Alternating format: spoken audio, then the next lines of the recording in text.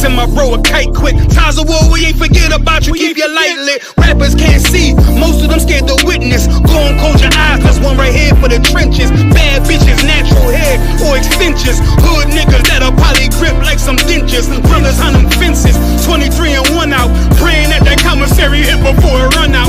Bitches on the gram, dog filter with their tongue out. Couldn't stay home because they found the dugout. Closed casket, burner in the low jacket. My co-captain, riding on these whole rappers. My hoes fabulous.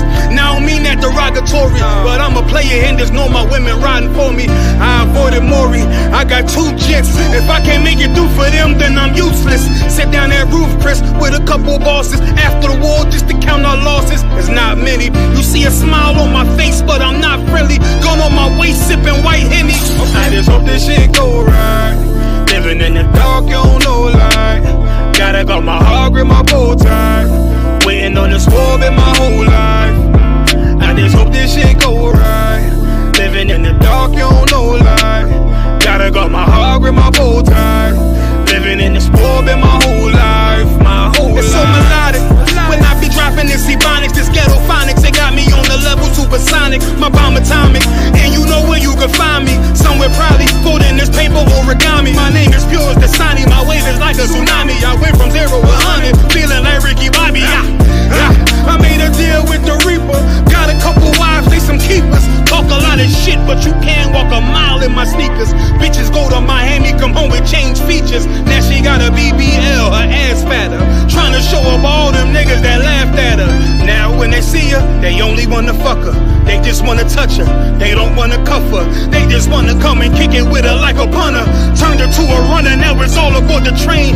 Fenty on the face, but it's not concealing the pain, it's a shame. So I'm in the hood like some rap snacks. I know niggas kill you and your mama for a scat pack. Dark tint, matte black, they do it for half that. Had you like 90s Missy in a fucking trash bag. I'm from Philly, we don't do bank accounts, just cash app. I spit a verse and I just watch the time slow. This that guy flow, this that shit that rappers die for. This that uncut Taha Wall straight from Pablo Escobar. I be at the bar like Moscato.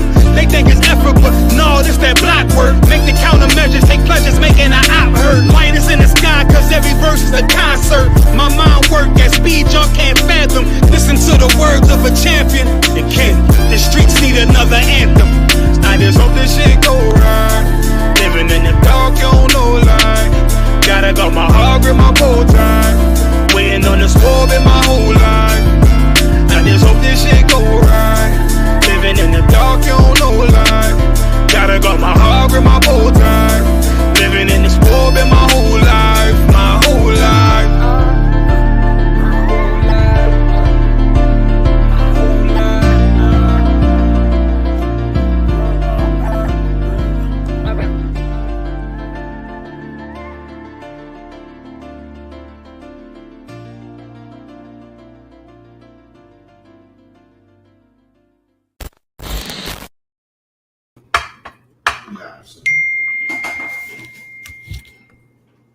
And shalom, shalom. We are the I.S.U.P.K under Commander Yahanna, store of 1 West 125th Street, Harlem, New York, teaching blacks, Hispanics, Native American Indians that you are the real Jews. We are the real Jews. I'm Preaching Officer Warden of the DC School. Cat Mashak will be teaching class tonight, by the way. So stay tuned. Cat Mashak will be teaching class tonight. But we're going to go ahead and get the class started as it is after 7 p.m. I got Officer Bakwashia in the building with us. We also have Officer Shapat Dayak in the building with us also. Okay, Christ. Who we have online? We have anybody online yet? Joining the stream? Yes, sir. Trinidad not on yet? Not yet, sir. All right. A lot of interesting topics to go through today. I mean, Cat Mashak will be handling the heavy ones. I just want to say, man, in the coming days, in the coming months, weeks, months, years, you're gonna see a lot of things happening that don't make sense. You know what I mean? In fact, things that have been happening in the past, a lot of things, ideas, and the way black people approach things don't make sense, right? I want you to understand something. When you look at the world and you look at you know, the things that's happening to black people, the decisions they're making, right? I'll give you one, for example. I'm a strong, independent black woman. I don't need a man, right? It don't make no sense in any other culture, right? Single parent households don't make no sense in any other culture.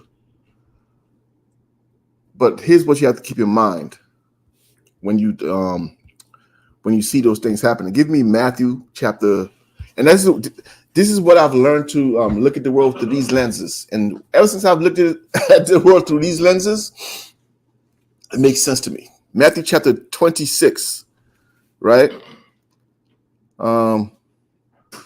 Verse 54. Matthew 26 and verse 54, sir? You got it. 26 and 54. But how then shall the scripture be fulfilled? That's what you need. You understand what I mean? That's what you need when okay. That's what you need when trying to make sense of the world, right? There's things that's about to happen in the world that things have to happen so that it lines up with the scriptures. You understand what I mean?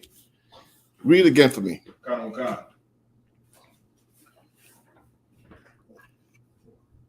But how then shall the scripture be fulfilled? How then shall the scripture be fulfilled? When you hear people saying, I'm a strong, independent woman, there's something coming behind that. You understand what I mean? When you see all these migrants coming into the country, and you're like, what's happening here? There's something behind that. You understand what I mean? When you see America's laws changing, things happening, there's something behind that. And what you have to understand is it's all lining up to the scriptures being fulfilled. You understand what I mean? When you read when you read the prophecies of very popular prophecies, 7 women will take hold of one man. You know, everyone found shall be thrust through. When you read these type of prophecies, a lot of things has to happen in order to line up with the end result. So that's why I was thinking about it, and I'm like, man, a lot of these things are happening, but they have to happen in order for the scriptures to be fulfilled. You understand what I mean? In fact, give me that scripture in Isaiah.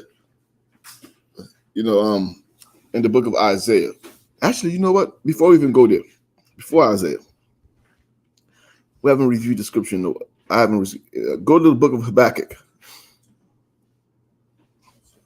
Give me Habakkuk. And this is the penalty for America, and this is what's coming to it. Give me Habakkuk chapter 2. We're going to read Habakkuk chapter 2, verse 5 through 9.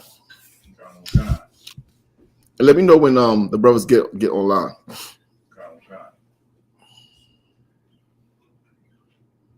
I got Habakkuk 2 and 5. Yea, also, because he transgresses by wine, he is a proud man, neither keepeth at home, who enlarges his desire as hell. This is talking about who? The devil. Esau. Shalom, brother. Edomites. You understand what I mean? This is talking about the Edomites. Read it again from the top. Yea, also, because he transgresseth by wine, he is a proud man. He is a proud man. You understand what I mean? Go ahead. Neither keepeth at home, who enlargeth his desire as hell. Neither does he keepeth at home. He enlarges his desire as hell. What does that mean? What does that mean? Neither keepeth at home. He enlarges his desire as hell. Go ahead, Officer Bakwasha. He's never at home minding his business. He was always out in the streets doing anything to increase his lust. And what streets? What you mean? You say he's always in the streets doing anything. What streets you talking about? Officer Shapat. Somebody else's streets. He's a colonizer. You understand what I mean? This is a colonizer. Read again. Yea, also, because he transgresseth by wine, he is a proud man, neither keepeth at home. He doesn't stay home. Go ahead. Who enlarges his desire as hell. He enlarges his desire as hell. What is he enlarging? He's taking ground. You understand what I mean? And why does it say as hell? Why does it say as hell? In this context. Go ahead, bro. He make it? That's what he makes it? No. No, he enlarges his desire as hell. And this is funny because this is how black people talk. If you read how black people talk, you'll get it quick. Read it again. Who enlarges his desires as hell. What are you talking about? He's doing, sorry. Go ahead. He's making quick work of it. You know what I'm saying? Doing, you know, all manner of wickedness. You know, he's making his kingdom greater fast. Fast, but as hell meaning he's taking a lot of territory that don't belong to him. You understand what I mean? Okay. Hell doesn't get satisfied. That's what you have to remember. Hell or death does not say I've had enough. You understand what I mean? Death will never tell you I had enough. It always has room for a little bit more. You understand what I mean? That's him. He never says, you know what, I've conquered enough. Nah. He wants some more. He wants more territory. He wants more land. That's him. All right, go ahead. Okay. And is as death and cannot be satisfied. He cannot be satisfied. Right? Go ahead, Shapat. It's like the precept of Obadiah when he said it's a thief, you know, when the thief Exactly. have his field, you know. Right, go ahead. But gathereth up into all nations. It's like gathereth unto him all nations. He does what? But gathereth unto him all nations. If you try to understand why these migrants are coming into the country, read it again. Gathereth unto him all nations. Or why are these migrants coming to compete with us for our jobs? Read it again. Gathereth unto him all nations. He gathers to him all nations, man. That's how he survives. You think you mad at these poor migrants because his strategy is he destroys their land and then he opens the door for them to come here with hopes of a better future. You mad at a father and a mother who wants a better future for their children because you was not mad when they was destroying their land. You was not mad when they was setting up drug deals and cartels in the land of the Venezuelans. You understand? I mean, you was not mad when they were destroying the people of Haiti. But you're mad that they're coming over here in droves. The first thing you have to ask yourself, why are they leaving their homes and coming here? Why are they leaving their homes and going into the UK? It's just because, I guess, can I say white people? White people just runs governments better? That's what you think? No. Their strategies, they destroy other people's lands and then gather the people to themselves. It's a form of slavery. You understand? Go ahead, Officer Shapat. So like I said, where they live at is more, tropical weather. It's beautiful. Like, right. The water is more clear. They wouldn't want to move over here. They had to. I wouldn't. Esau's style is warfare. Even when he smiles at you. You know, Jake, if he don't rock with you, he don't rock with you. Esau will still smile. He could hate your guts. He walk past you on the street, smile. That fake smile. You understand what I mean? He's going to do it. Even though he hates you in his heart. You understand what I mean? He's going to smile, walk past you, and then call the cops and say, I think his tags are expired. That's him. You understand what I mean? Keep reading. Actually, Shapat, if you could take up the reading for Officer McQuasher, please. Okay. Tell me where you was at, Officer McQuasher. The book of Habakkuk 2 and 5.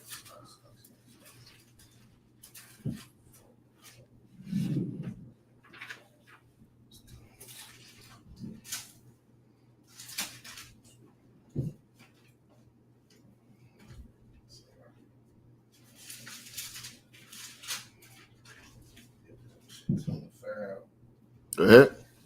Book of Habakkuk. chapter 2, verse 5. Yea, also, because he transgresseth by wine. He is a proud man, neither keepeth at home, who enlarges his desire as hell, and is as death, and cannot be satisfied, but gathereth unto him all nations. Go ahead. And heapeth unto him all people. He heapeth unto him all people, right? Go ahead. Okay. Now, this is what I was bringing out the scripture earlier and say, how else will the scripture be fulfilled? You understand what I mean? Because there's certain things that have to happen. And where he has to be, as the scripture says, be caught in his own cunning. That's in the scriptures.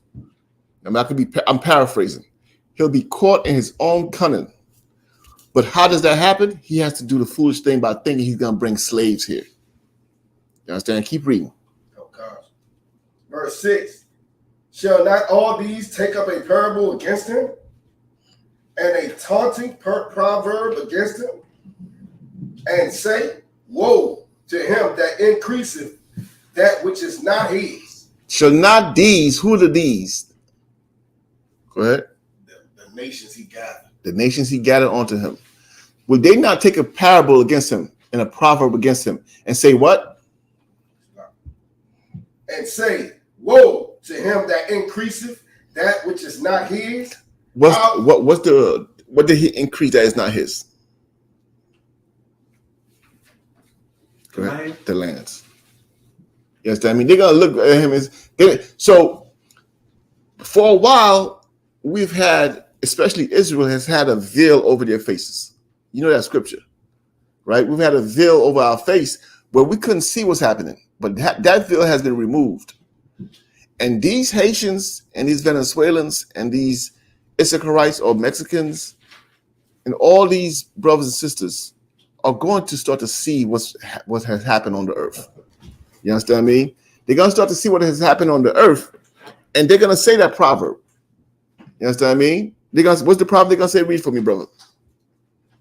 Woe to him that increaseth that which is not his. Woe to him that increases that which is not his.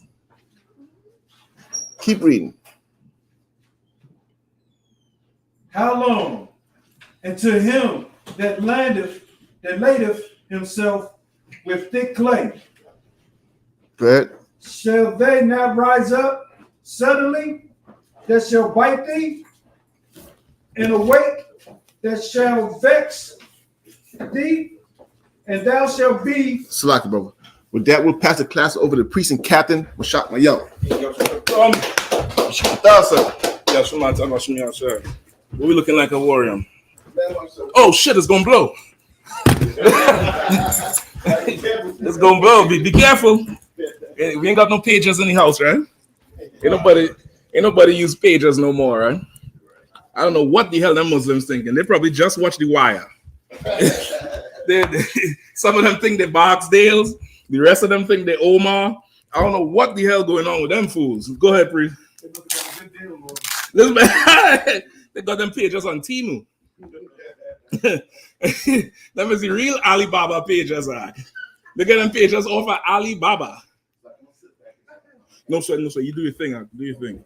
To water, to a warrior. Bukwash. We'll try these again. All right, if you don't mind.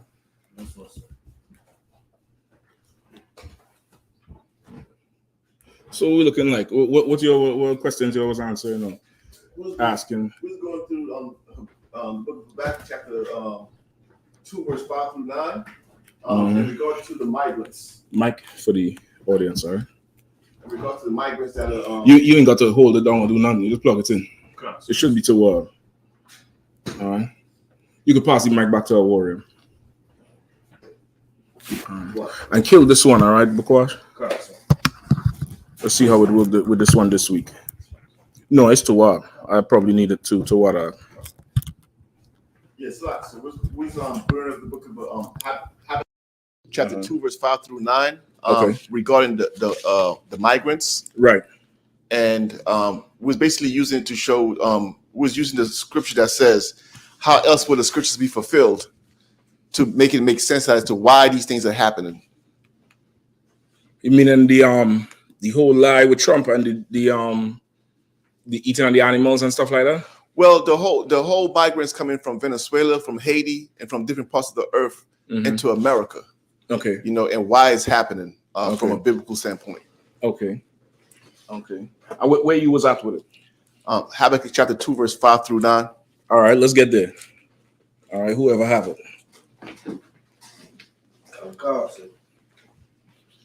It's like when we start from verse 6, verse 5. Good question. Let me get the water in the cup. Just one water in a cup. Okay. All right, I might have some videos for that migrant. You probably ain't want to clip it out. Just hold it. Just if you need it, just leave it on your thing. Just make sure the mic is facing you. Speak into it.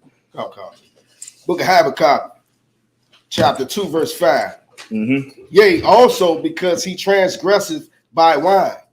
He is a proud man, neither keepeth at home. Right, just that's for sure a devil. That's what you was bringing out, the warrior. Like he's the oppressor. He transgressed by wine. What does that mean? Y'all don't watch this. So this is older than all y'all. What does that mean? Go ahead, brother. When he drunk, he really on. Yeah, like he transgressed like a drunk man. You get the point? Like how a drunk man or a drunk woman would they get when they lit and do things and not even fully conscious of how bad that thing you're doing is. And after, of course, you have an explanation for every damn thing. Right. You know what I mean? You have an explanation for it. But he get drunk with whatever, with power, with emotion, with everything. And that's how he transgressed it. You get the point? Okay. And you see any oppressor, that's how they operate. That oppressor who pulled over Tyreek Hill, he was like that. The one who was overly aggressive. He was it's like 6 of them. What do you think? This nigga gonna outrun them? It's like 6 of them, but he's just he's overdoing it with the transgression. Right? Go ahead. Go ahead, Warren. Could you use a precept for that? The scripture that says Babylon, she's drunk with the blood of the saints. Yeah, you could use that. She drunk with the blood of the saints. You could use drunk with the wine of her fornication. Right. You could use that too. Go ahead.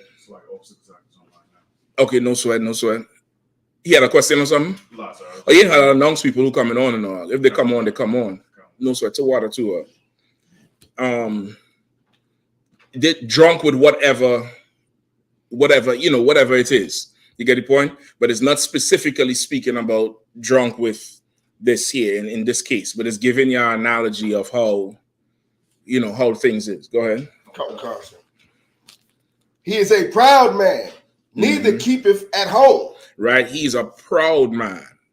Proud as could be. Neither he keep it at home. What does that mean? Yo, there was a pen over here, right? Anybody have it? Or an extra one? I believe. No sweat. I know we be buying pens all the time. Them pens is like forks in Israel, boy.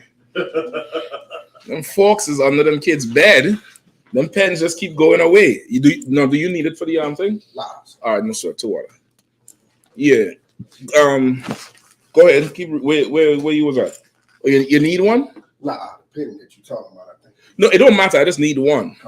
It don't really matter which one. But I know there usually is a stack of them there. Go ahead. Oh, shit, I have it out there.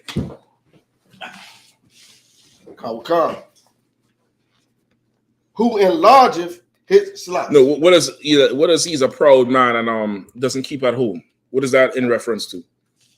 Warrior, you gotta pass the mic. You'll forgive me. There's a holder for it. I can't locate it right now. It's easier to pass. All right. He's a colonizer, sir. Say again. He's a colonizer. That's really what you walk into. Somebody who wouldn't stay in the place. You have a place you could stay in, and that's yours. But you would not keep there. You would not stay there and maintain there. You want to go every which way you could. You get the point? Go ahead. If I could, and I believe, would this precept work also? If I'm a paraphrase, if there's trouble, he's the first one there. No, It could, but I wouldn't use it because there's trouble here and he here. You get the point? Him not keeping at home is, you know what, you could. You definitely could. You could use it like if trouble befall thee, he's right there. You could use it. I would more use this one as, him, go ahead. It's like in the sense that I always used to think when I was younger, like, dang, are we the police for the world or something? Like, why are we always in everybody's business? Listen, they made a movie called America World Police. I don't know if you ever seen that shit. Nah. Oh, you Team America World Police. You need to go watch that shit. I'm trying to tell you, boy. You need to go watch Team America World Police, brother. It's a like clay puppet type animation shit. But it came out just around the time when Kim Un-jong, just when North Korea just started acting up this last time around. Not with this new one. The new one is the son. The one who was before him. Right? It came out remember all that time when they had talks about assassinating the leader of North Korea and all that time? Around that time. Team America World Police. And boy, they put the whole spirit of America just going everywhere. And really the world belongs to America. You know what would go better with this one on Warrior? Not so much the trouble part, but he's a vagabond. Like he's a vagabond, really in spirit. Like he'll just go squat anywhere and let some time pass. This is his. Right. Then he goes somewhere else. Let some time pass. This is his. This is his. He just goes on, and it's like he doesn't give a damn who's there or who's not there because he's so damn proud. He's so proud, and he's drunk with his emotion and his spirit and his feeling and how he feels. So now, if he feels like this plot of land is good for him, whoever is there, it's not really theirs. They're just holding it for him. Or they're there so that he can exercise his manifest destiny, which is what they believe in, which means this was here for me to take, and you was here for me to take it from you. That was God's plan. That's what they believe. You get the point? Go ahead. Oh, Slakia. Bukwash? No, I was just playing the commercial for Team America. Oh, hell, listen, be careful with the tour because I know what the copyright situation is with it. But brother, if you want to really, Team America hit it on the head. Hit it on the head. You get the point? So that's it. Any more on it? Come on, sir. Go ahead. He is a proud man, neither keepeth at home, who enlargeth his desire as hell, and is as death, and cannot be satisfied. It says he enlargeth his desire as hell. Constant. He enlarges his desire as destruction. Like how destruction is. Whatever he wants, he magnifies that thing. There's nothing. He was who was talking to today about that? I think it was you, Warren. I think me and you was talking today about how the average Israelite, when we make a plan for something, we are limited by our resources. We was talking about that bombing with the pagers and stuff like that. Because who the hell would think about intercepting a package, a pagers? Like, because who the hell using pagers today? I don't know what you on if you still using a pager, nigga. Because now where's the phone you're gonna call from? Go back and call after you get the pager, so you're gonna pick up the cell phone and call. It don't make even sense to even use the pagers. So who using the pagers? Of course, the Arabs is trying their best to evade this oppressor, and we're not on either side. Just to be clear, it's just good TV for all of us. So they intercept this package of pagers and put how much ounces on a warrior or grams or something? Between 20 to 53 grams. Between 20 to 53 grams of TNT behind the battery in each pager. Now that's some serious drug dealing skills right there. He got scales and scales and scales. 2 Chainz ain't got scales like that, brother. He measured it out to a T and put that in there and then put the shipment right back on track to get delivered to Hezbollah and to destroy the Hezbollah network in Lebanon, which means everybody who in that network gained the pages and blow everybody up. People lost eyes, arms, private areas. Like that's somebody who, read it again. And who enlargeth his desire as hell. Listen, he enlarged his desire as hell. Like I'm mad as hell. This nigga high as hell. He's the devil as hell. Like he enlarging his desire. His desire was to destroy these people. And he sit down with his think tanks and they come up with this idea, this elaborate idea. And brother, we can't think of something like that because we don't have the resources to do something like that. We talking about what, about 3,000 pages, they said? Or 5,000? Come on. Turns out we're buying baby oil with our resources. Damn. Damn. Shalom. God damn, Diddy. Diddy, damn, Diddy, boy. Shit. Right now, Johnson & Johnson stock is going down. I'm trying to tell you. Before, they're going to have to change the name to something else. Something else, change the bottle. They're going to stop making baby oil. It's just going to be oil. Some kind of oil. But Diddy done damage you. Anybody buying baby oil right now, you go to the cashier and he or she gonna do this. Beep. Beep.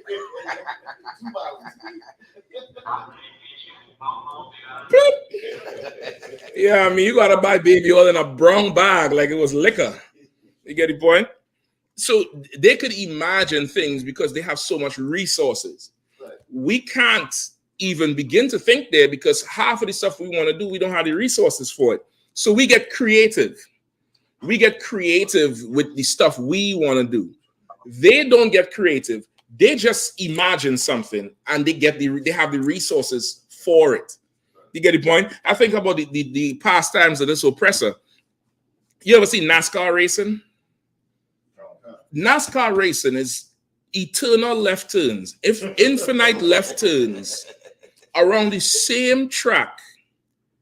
How is this even, they might say it's racing, but then you have the Formula One, the Grand Prix, where they're actually going on a route somewhere. It's, but this is just left. And they have a huge crowd for that. And I'm like, how in the hell is this a sport? Like, who's spending money on this shit? Because I don't get it. I don't get what's the skill. What is it? Just go left again, left. Like, what is we even talking about with this thing? But they have a tremendous amount of resources that they could let's just run a race right around here in circles. Who could make the fastest circle wins? They have the resources for that, brother. And that's him. He could, whatever he imagined it, he expand it, he make it big. His desire, he expands far and wide. You get the point? You was going to say something? Go ahead. Any more? Come on, sir. And cannot be satisfied, but gathereth unto him all nations, and heapeth unto him all people. Mm-hmm. Say it again. Come on, sir. But gathereth unto him. But cannot be one. Come. And cannot be satisfied. And he cannot be satisfied. Shalaki, I mispronounced. Go ahead. Shalaki. Desire as hell and is as death. And is as death. I ain't got to explain that to him. Okay. Right? That's him. That's the oppressor. His desire is as death and is expanded. Go ahead. Okay. And cannot be satisfied. And he cannot be satisfied. That's the so-called white man. That's the oppressor. There's no end. What goes with this? And he cannot be satisfied. What goes with this? Oh, like I said earlier, in Obadiah, when it said when a thief, wouldn't he get his enough? Mm-hmm. But he can't get enough. Exactly. Like wouldn't they leave something? Right. Wouldn't they leave something in Obadiah? You know what everybody know what I'm talking about? Young brother, you know what I'm talking about? Give me Obadiah verse 4. Come, sir. Book of Obadiah. Right, hold on. Yeah, and you know it. You ain't got to go, goddamn. Yeah, I mean, We're going to have to start to make some proverbs about Diddy. I want all you creative brothers, get some good proverbs. Damn, did he know? Did he do it? Go ahead. You want to go ahead and read it? Go ahead, try verse 4.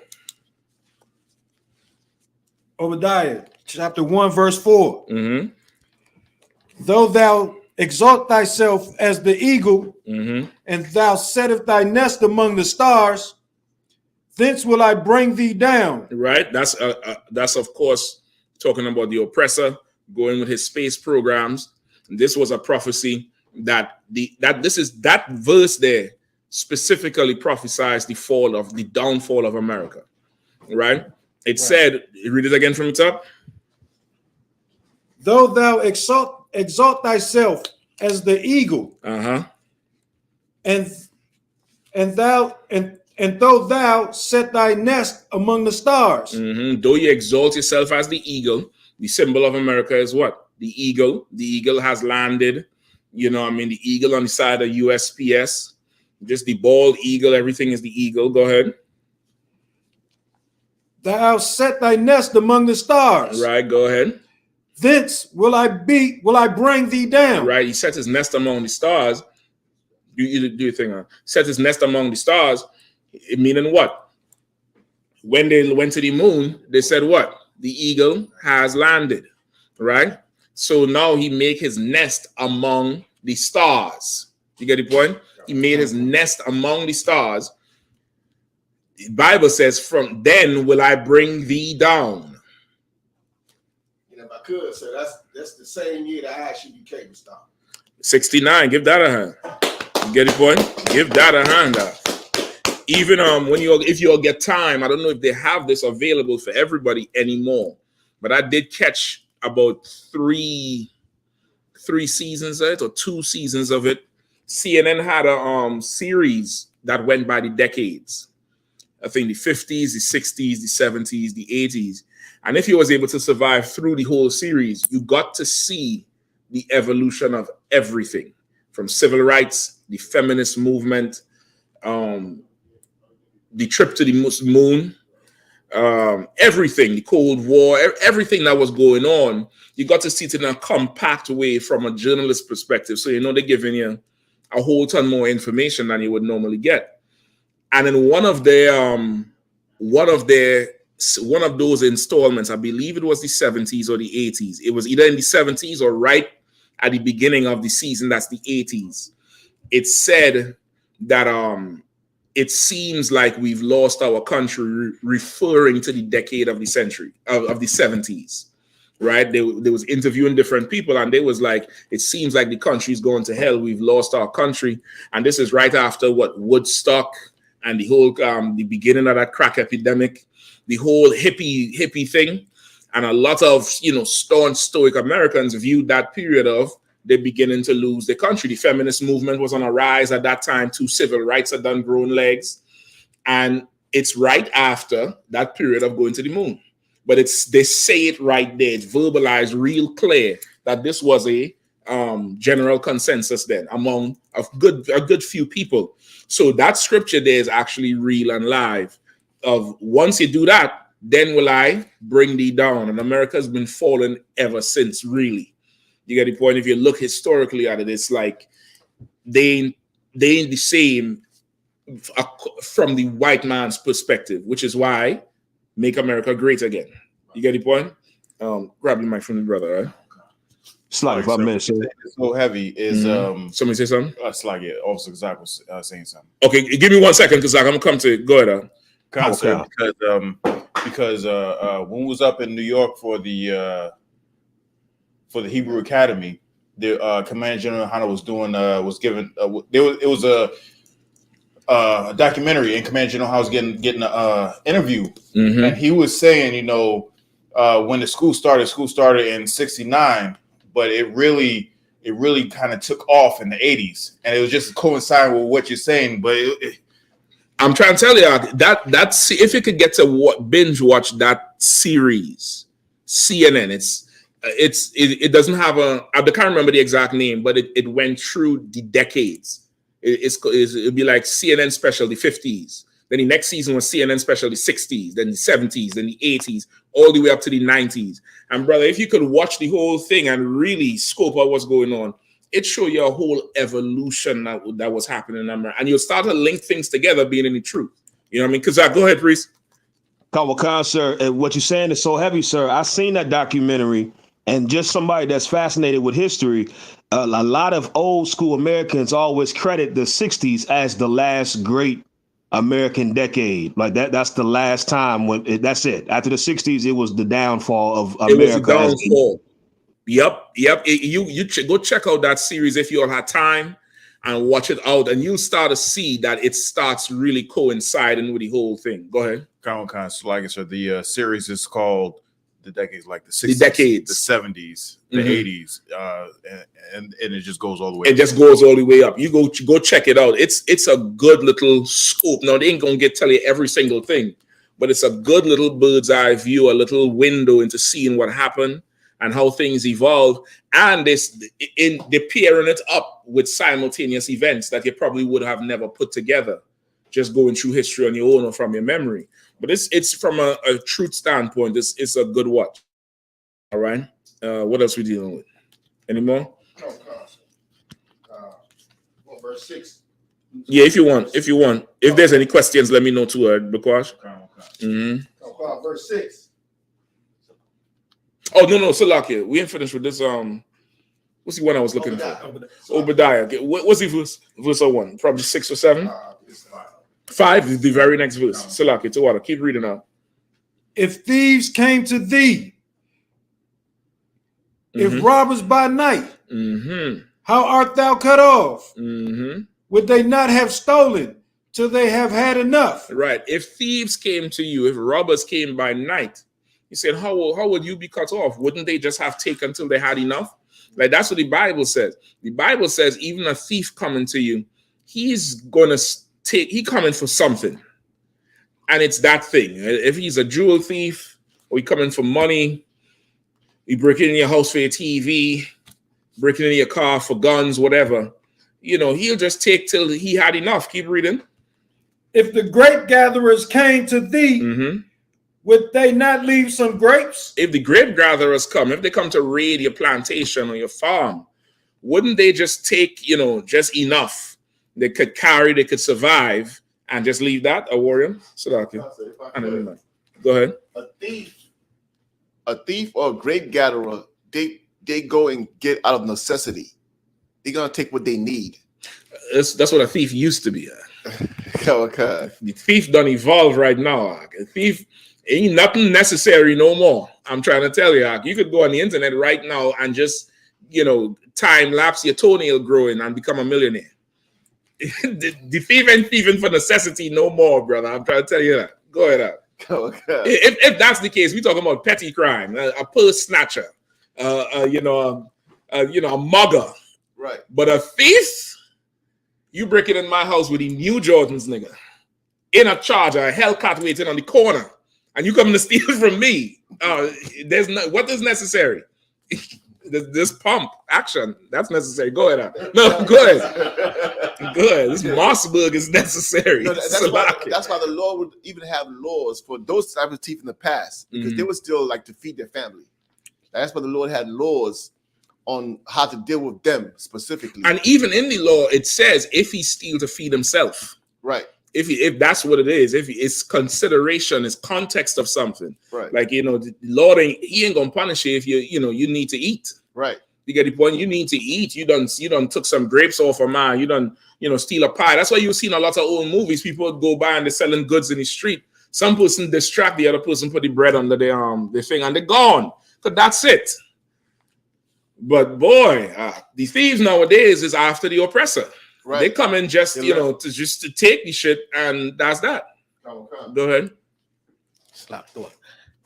Just to bring it in mind, the Lord just had it so if you had a harvest, you can't even cut the edges of it, so you could feed the people who need the gleanings, right? That's called the gleanings, right? And even that is not even for the thief.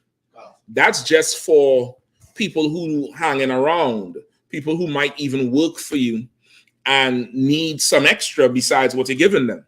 That ain't for so much so the thief. You get the point? Wow. That's just for anybody who could come and take. It would prevent a thief, but that ain't even for them so much.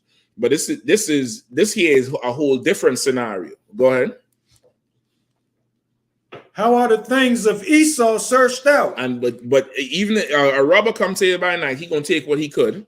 A thief comes to the vineyard and steal grapes from you. He gonna take just what he need. But Esau, how are his things searched out? How could you even understand him? Because he's coming to take everything from you. He'll take the hinges, he'll take the screws in the damn door, he'll take the lock, he'll rip the carpet up, he'll take everything from you. He'll steal you. He'll steal you. Ask your forefathers, ask the native first peoples. Right. He'll steal you.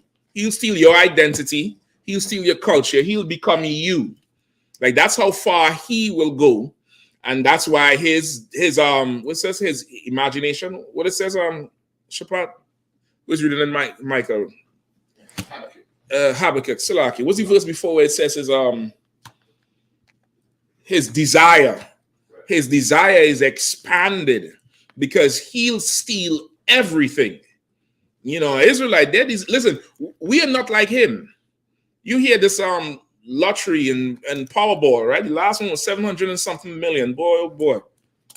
You believe you me, I was juggling numbers out. I ain't gonna lie to you. These purple faggots will sell you out for $2,000. I'll get that 700 million and take 50 grand for myself. Y'all can have the rest. I'm telling you straight up and down. I know how to make money stretch out. But even Israelites, they'll be like, I just need 1 million. I'll need just give me 100,000. I'm good. That's how we are. We hear that kind of money. It's like, damn, that's a lot. I don't need so much. The oppressor, 800 million. Now, if it was double that, he wants to exceed that thing. Like with him, there's no understanding. Somebody had that? Go ahead. No, sir. To your point, can you imagine? It's 2024, and he's still robbing Haiti. Exactly. Still, till this day. And only recently, the world found out that Haiti actually had resources. Right. Everybody just thought, this is a poor country with nothing. They push the whole thing with the mud cakes and just showing Haiti in a way where it's like, damn, they ain't got nothing. Come to find out, Haiti got, buku resources. So this oppressor, him and his desire is way beyond anything you could imagine. Go ahead. Sir. Just like you're saying, everybody's pushing, not everybody, but the oppressor is pushing that Haiti, is just this poor country that has nothing and is, it's a crappy country. But every Levite that I've met, that was born on the island or had coming back and forth to the island would tell me that it's a paradise. I'm like, how? I don't understand. Why is everybody why is Levi saying that it's a paradise? But all the images I see from the oppressor is bad. And then they showed me what it looked like. I'm like, damn. Yeah, brother, you've everything you've seen about Haiti is probably 2 streets. I'm telling you, it's straight up and down. Every image you've ever seen, you're not living there, so you don't know. But just how many of y'all watch the news in this area, the DMV news, whether it's ABC 7, Fox 5, whatever? Ain't it the same goddamn streets every time once it's in a certain area? It's the same street. They ain't showing every part of the place. But you think about it, you from outside, you'd be like, man, this place, Chicago is this. They're showing a certain area. And brother, we went to Chicago many times, and it's not what they're showing. You get the point? Like the oppressor, he's going to do that so he could steal everything himself. He don't need you there. You get the point? Come on. There's a comment online. God, come on with it. From Caesar Borgia. You're the devil. He says, free my nigga Diddy. He ain't done sugar honey iced tea. I got you. Shit. You just go join him in jail. Right. You right? Go ahead. That's it, sir.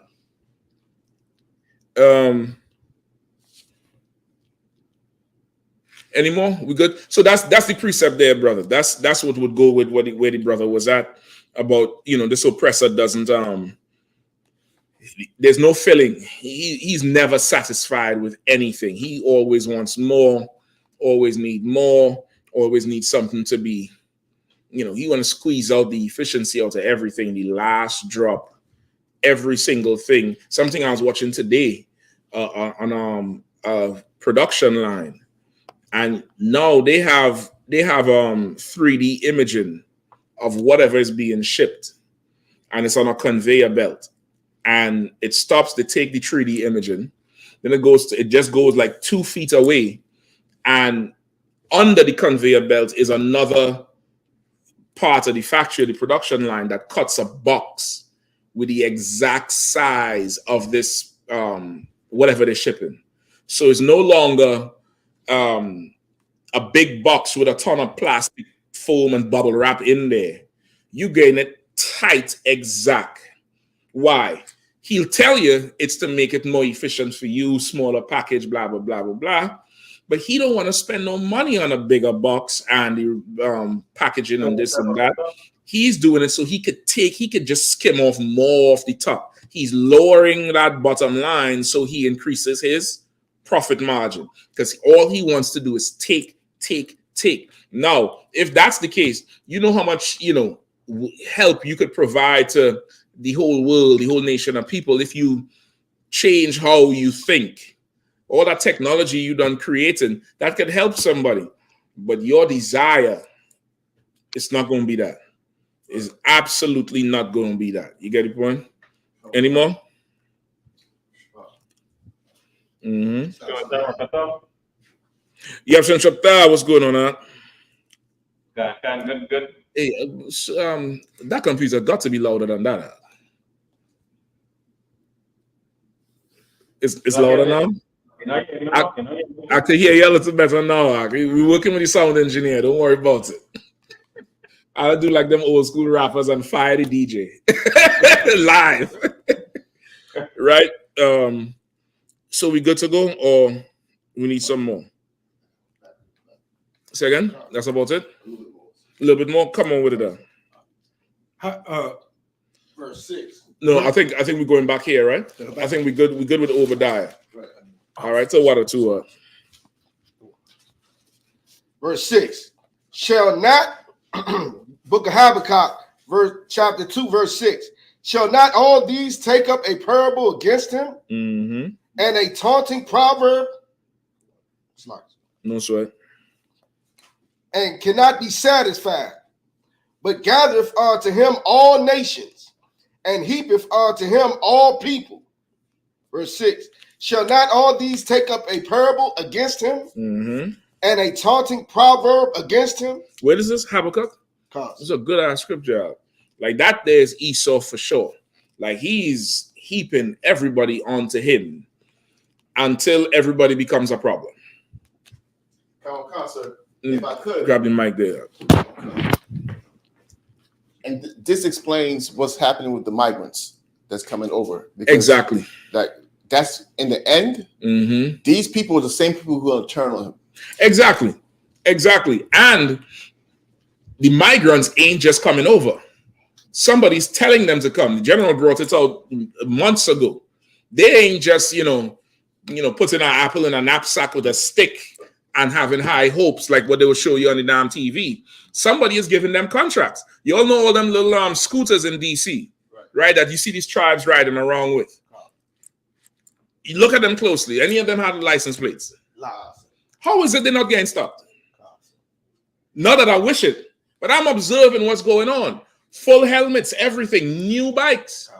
Until I get to find out, there's a program, federal funding, that they could just go put a name on and they get a brand new scooter so they could work. Somebody is telling them, come do these jobs, Zach.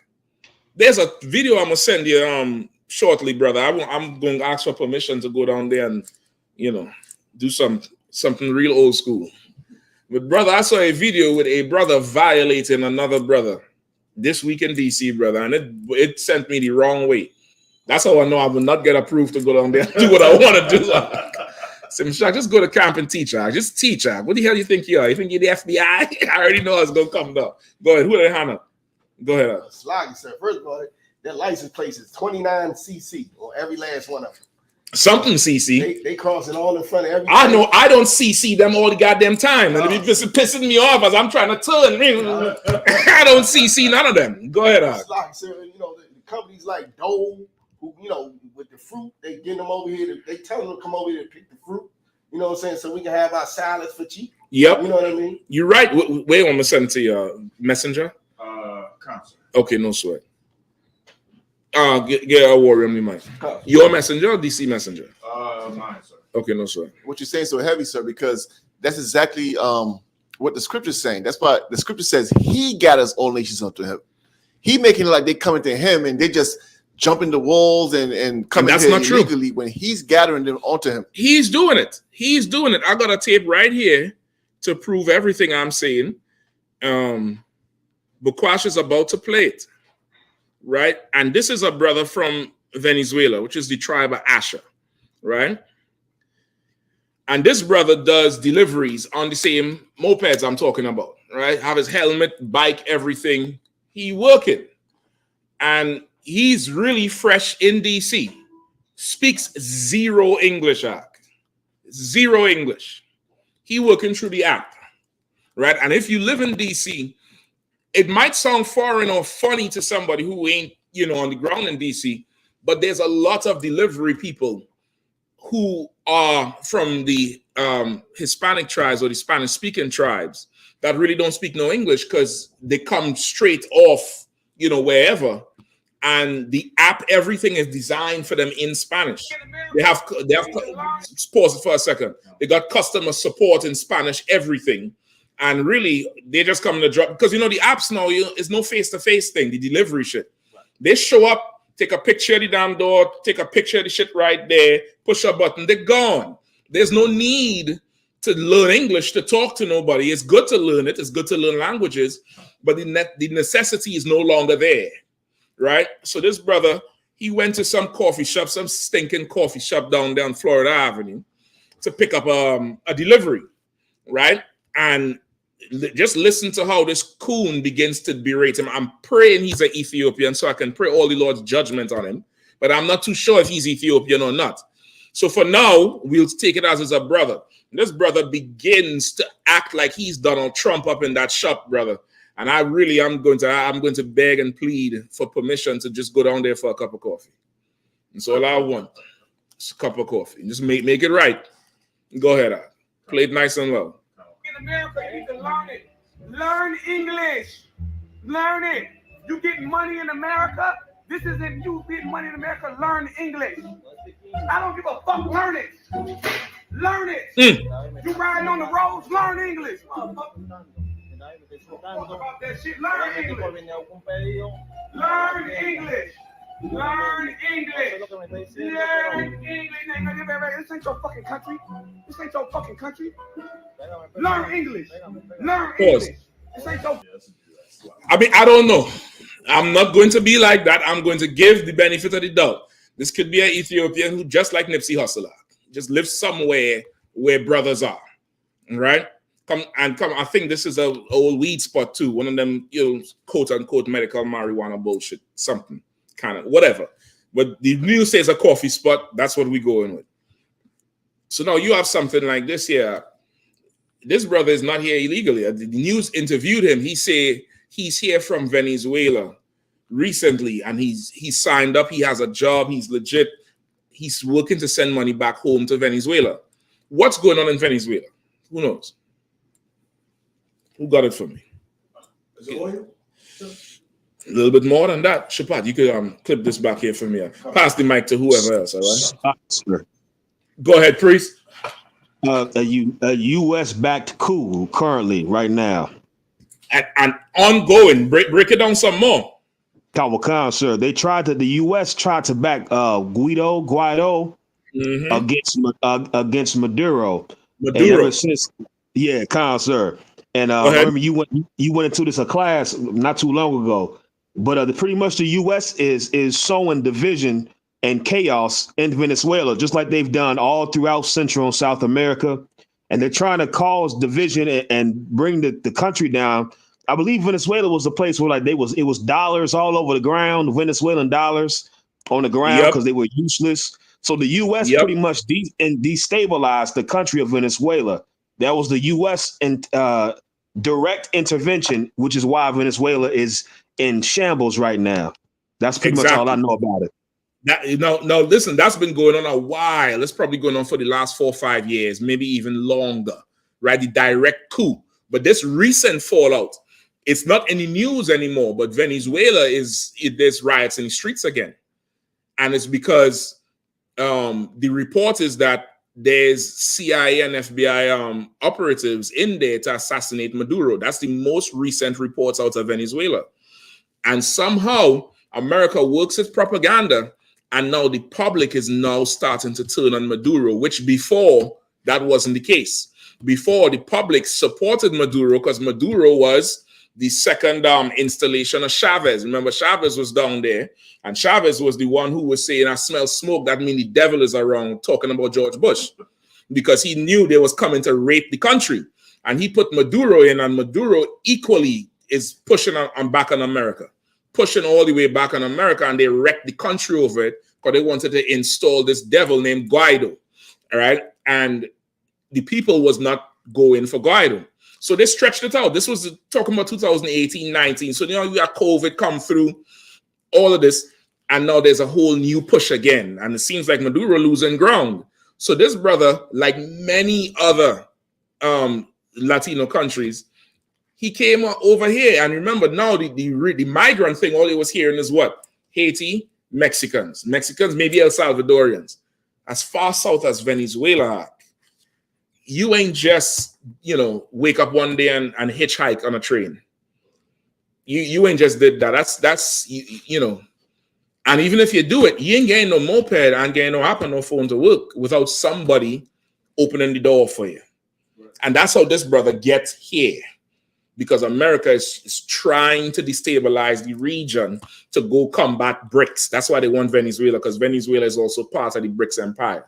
Go ahead, Bukwash, you was gonna say something? Yeah, Constance Slager. Our wire says assassination attempt on Maduro. Yep. 3 Americans were blamed for the presidential chaos. Yep, the assassination attempt on Maduro. This is the second one. The first, probably more than 2.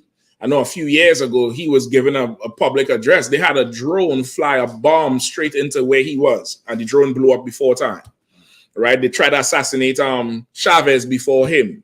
You get the point? Like, this thing is, they're playing for keeps, Zach. They ain't, this is not, he ain't playing Monopoly. He playing real life for keeps, and he will not keep at home. You get the point? So now this brother is here like many other brothers and sisters. You see them, and it's a whole family, because most times the husband riding the bike, the wife on the back holding on, and she got the phone, and she either going live on Instagram, probably promoting what the hell they're doing, shooting content, because now people making money, or giving them directions with the GPS.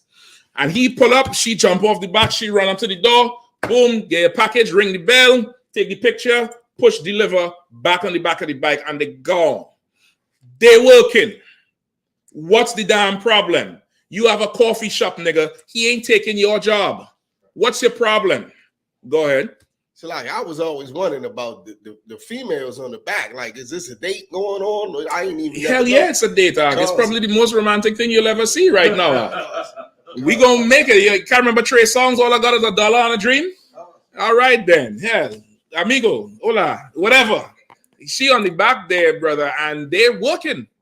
They're working together. They have a community that they all pull up, park their bikes next to each other. They're working out. What's your problem? He can't speak no English. Before you're so goddamn stupid. Before you look to befriend the brother and make some friends with him, because why? If it's business we do, and he got to know people who like coffee. He got to know people who like coffee. He got to know people who would refer. You start thinking outside the box. But you're so caught up in the white man's behind, you decide to turn on your brother. The video is disgusting, brother, and this shit. Maybe I shouldn't ask permission. Maybe I should just go down there and then get checked after. I think that might work. That might work. The Lord might be with me with this one. Hey, Salaki, sir. Go ahead, please. I think you might be right in the way you called it. I'm looking at this cat's side profile, and he looked like that heathen Myron on the Fresh and Fit. He looked That's like that what I'm saying.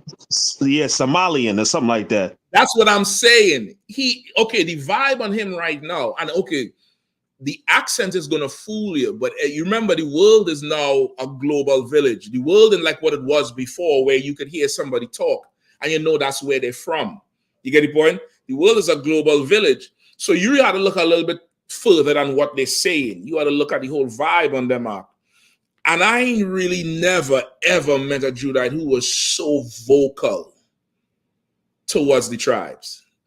They might say it, sideways in a corner, but to do that on camera, knowing in the age we're in, either this whole thing is staged or that is a heathen trying to impress the white people, the gentrifiers who moved in on Florida Avenue, who come there for coffee. You get the point?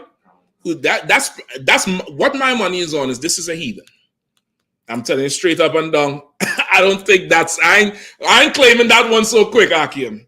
I ain't claiming y'all is like, yeah. So I ain't too sure. Hold up now. Like we in the age where Israel is ready to put Kamala Harris in office over not messing with the devil.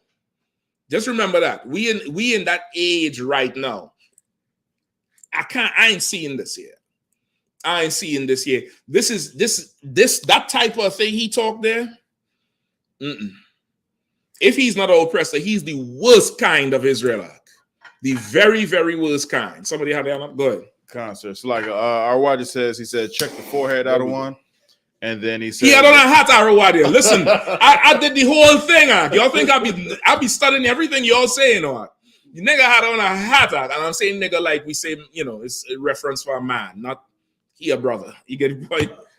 But he had on a hat. I watched the video over and over, and I couldn't understand. And the news blur his face. You know what I mean? We got this video separately with his face fully on there, and I'm like, I can't believe he went this far. He assaulted the brother as well.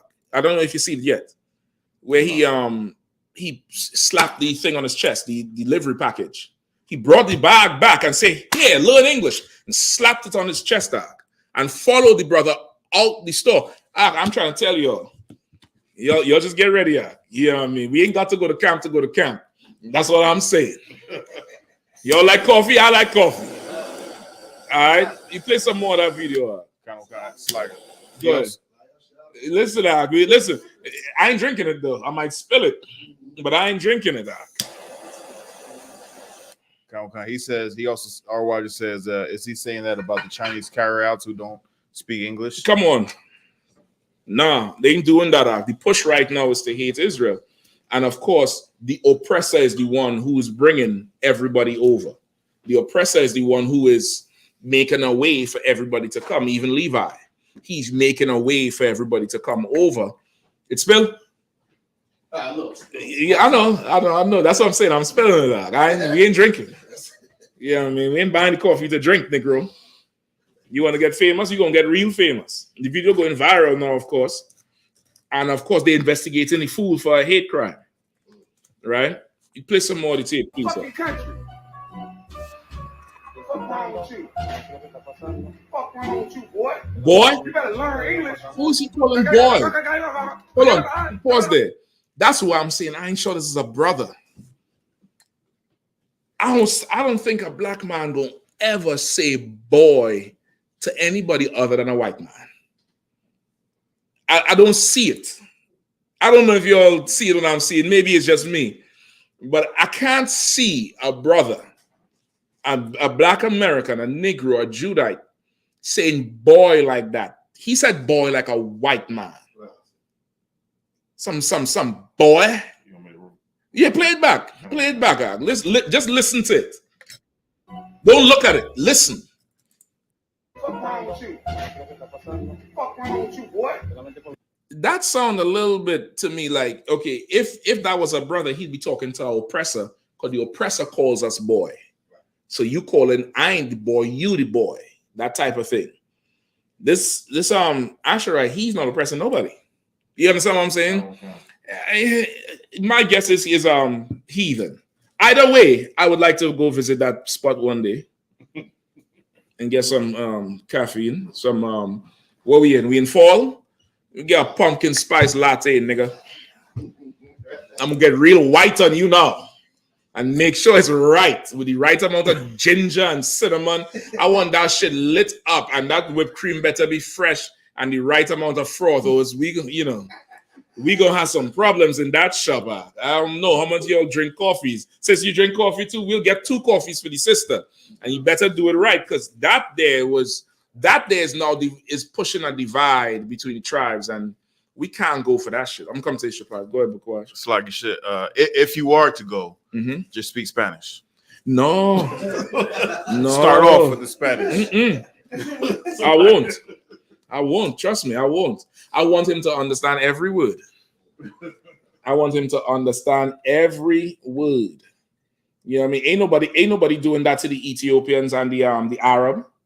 The Arab, they're talking all kind of Arabic language, wallahu and wallahi and this and that, and you ain't never charging them for not speaking English. Since when you have to speak English to get coffee? I don't understand that shit. You took full advantage of that, brother. That's a problem, at least for me. That's a problem for me, and definitely we're gonna see what's going on with that this weekend. Lord allow. If you're all available, just let me know.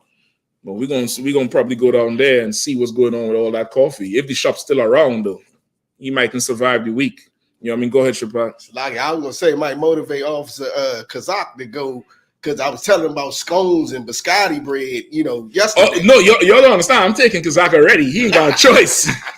There's some men who ain't got a choice. There's some of y'all, I just ain't gonna call the names right now because I know y'all gonna come with that excuse. But listen, there's some of y'all, I'm gonna be like, hey, I got something to do. Just meet me here at this time. And then I'll be drive here and pull up here, put the hazards on, keep the engine running. And that's just that. Damn right. You get the point? Like that's absolutely insane. And okay, if you watch the tape over, you could play a little more. The Asherite brothers, he trying to keep cool, but he's very terrified. And the only reason he started filming is because he thought the dude was going to attack him. That's what he told the news. He's like, he started filming for his safety. He didn't think about making the tape go viral or nothing like that. He said he started filming for his safety. You go to a foreign place where you don't speak the language, it's a different playing field. It's you don't know. You can't, like, communication is so deep. By hearing what somebody says one thing, then the tone in which they say it is another thing, you wouldn't know what the hell it is. So he's in a foreign place, not fully understanding the English. I don't believe he don't speak no English. He probably understands some, like you understand some Spanish. But, to have that type of hostility, he's not used to it. And because he don't understand the language, he don't know if the next step after this is physical or if it have a few more rungs on the ladder of verbal abuse. So he takes his phone out first. Go ahead. It's like, so I was in Japan and I had a few people tell me. You was in Japan? God damn, Bakwash, you a mysterious ass nigga. Good night. Bakwash gonna pull out a picture just now. He gonna be in the Cold War. Go ahead. It's like, yeah. So it was a few people that was telling me about Russians and how they just don't mess with black people at all, like for at the all. Most part. And I went to a restaurant, and the way Japan, really, Tokyo has a restaurant, is like you got to take an elevator to get into the place. Okay. And that's it. There's like no stairs, and So I was there, and I was with this chick, and then we got out, and then that's why I was in Japan, huh? Konnichiwa. Go ahead, Axel. Go ahead, I'm fucking with you. Go ahead. Don't stop it. She was a sister, Slack it. So we get out, and it turned out to be constant. She was sister. Slack listen, Bakwashan eating no lao minga. That's a oil mingled chicken mingled with oil with fine flour ass nigga right there. Don't play with him. Go ahead. And then as soon as we get out, it was 2 or 3 Russian men on one side, and then some Russian women on the other side, and it was just us. As soon as I get out, I just look, and I'm looking for the exit. The only exit is the elevator. So the chick was like, "Well, let's just sit down." I'm like, "No." nah, let's just go. I don't like the vibe. I don't know what's going on. Makes sense. Can't get out because I would have to wait on the elevator. Right. And I know how. And like the women that was on the other side, they saw us and then just went back to the conversation. Right. The men's were just looking at us. Yeah. And I was like, all right, yeah, it's time to go. And yep. And listen, two of you all is foreigners in that land. Now imagine you meet a native who is from, and a native in terms of he just lives there. Because this fool here is saying, this ain't your country, this ain't your country. Nigga, last I checked, this ain't yours either. Mm-hmm. You know what I mean? Last I checked, this ain't yours either. And that's why I would, you know, we probably need to go give him an education in the upliftment of his people. You got to go give him a full education and visit him on behalf of the brothers. You get the point? Like there's brothers in this school travel all over the world. Kapash going all over the damn place. And I ain't never seen nobody receive him like that. Like this, and he ain't there to work. Not doing that slave. He doing the work of the Lord. This fool here. What? Learn English? Where's the anti-Semitism for that? Right. Where is it for that shit? A Jewish man crying for every little offense. Where's the anti-Semitism for that shit? Play a little bit more. I'm coming to you, all right? And then we move on if there's any other questions. You better learn English. Hey.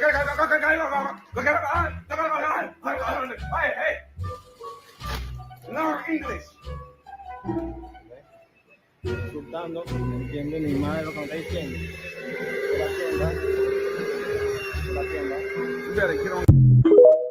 Right here, you could just show you where he walked outside. Yeah, the report say he followed the dude all the way out the store, trying to intimidate him. I don't understand where the hell that coming from, but you know, I'll give a full, thorough report on that shit right there. I need to go find that coffee spot out. I know where it is too. It ain't hard to find. The address.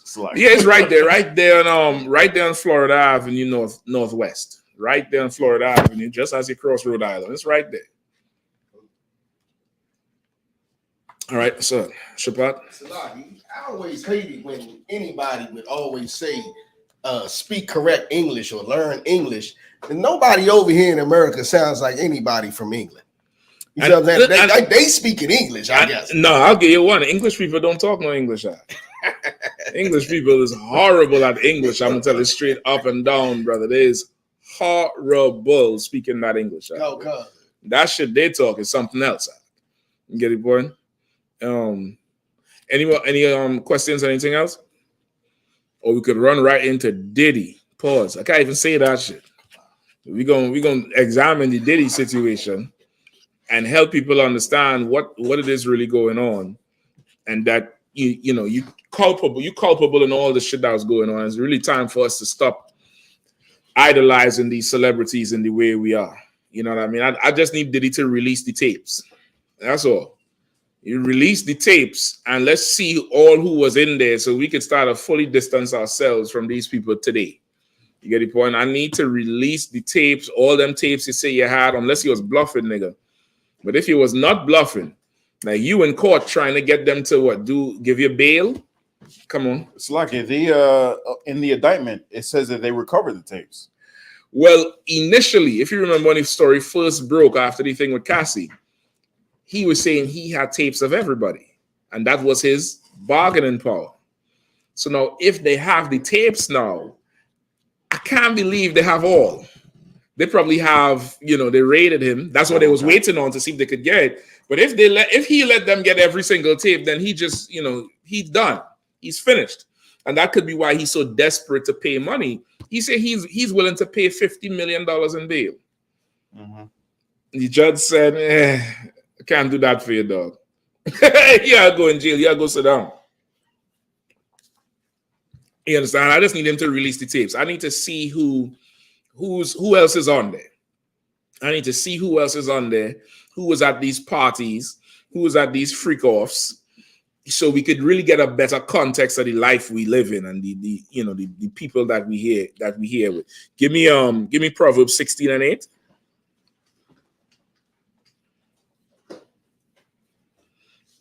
All right. Before I share the pass the mic too, all right? Anybody else? Anybody else have any questions? Any questions online? Or are we good? No sweat. This is double check and make sure scan proper. All right. Mm-hmm. Proverbs chapter 16, verse 8. Go ahead. Better is a little with righteousness. No, hold on. I think you're the wrong one. Double check. Make sure you had 16 and 8. 16 and 18. My fault. 16 and 18. Pride go before destruction. Say again. The Holy Spirit line lets you to 8, sir. We should. Go ahead, Warren. Let's get 8. Go ahead, let's get 8. Better is a little with righteousness than great revenues without right. God damn. So what a Warrior. Give Levi a hand. Levi just, he won up the precept. He cuts in on me cutting in. Go ahead, read it again. Better is a little with righteousness than great revenues without right. Oh, wait. What does that mean? Who could break it down? Who got it? Come on, Shapat. Would that be something like? Yeah, the mic. So would that be something like a rich man paying tithes versus a poor person who only got a little bit of money and they pay that little bit of tithes? They make sure they got it. Read it one more time. Better is a little Mike with righteousness than great revenues without right. You could use that too. You could definitely use that too. And I think that's not the tithes part, but I think it was there's a story in the Bible about the donation, and Christ was saying, her righteousness counts for more, but that's all she had. And the rich, they didn't even want to part with what they had. Go ahead. And to add to that, sir, right now, Diddy would switch places with a poor man. Listen, he's making himself poor. They say he said he's willing to sign over, a slew of properties and cash that amount to $50 million that he's saying you could use that as bond. But they know this nigga, he ain't got to go to the airport to fly. He ain't like me and you. He ain't got to go check in and do TSA. He have his own jet. Which means remember when they raided his place first, he was somewhere off the coast of Miami or some island somewhere. So they ain't trying to negotiate with no foreign government over some, nigga from New York. They ain't trying to do that shit. He gonna stay right there. But he right now, as you rightfully say, he is ready to become poor. He's ready to just, give it all up because it means his freedom. Go ahead. I would love to ask all the sisters today, is Diddy considered a high value man? Is Diddy considered a high value man? That's a good question, man. That's a good question. We need to do a poll on that. Whoever knows how to set up them Facebook polls and them Twitter polls. Set up one. Is Diddy a high value man? What's the girl, the city girl who was with him? I ain't hearing her saying a shit. That old city girl who was with Diddy and we go bad, real bad. I ain't hearing you saying nothing. No, you quiet bad, real bad. Yeah, you super quiet. Go ahead. Your brother was reading. A man's heart deviseth his way, but the Lord directeth his steps. Right, a man's heart devises his way, but the Lord directs his steps. That's shit. That's just how we end up at this precept. Yeah, I devised Proverbs 16 and 18. The Lord said, nah, just, make him say 8. The angel here saying 8, 8, 8. I done said 8. Right? That's it. Go ahead. A divine sentence. We could skip down now, Orium, or you think we good there? You sure? I'll catch up with you all right. 18? Yeah. Pride goeth before destruction. And a haughty spirit before a fall.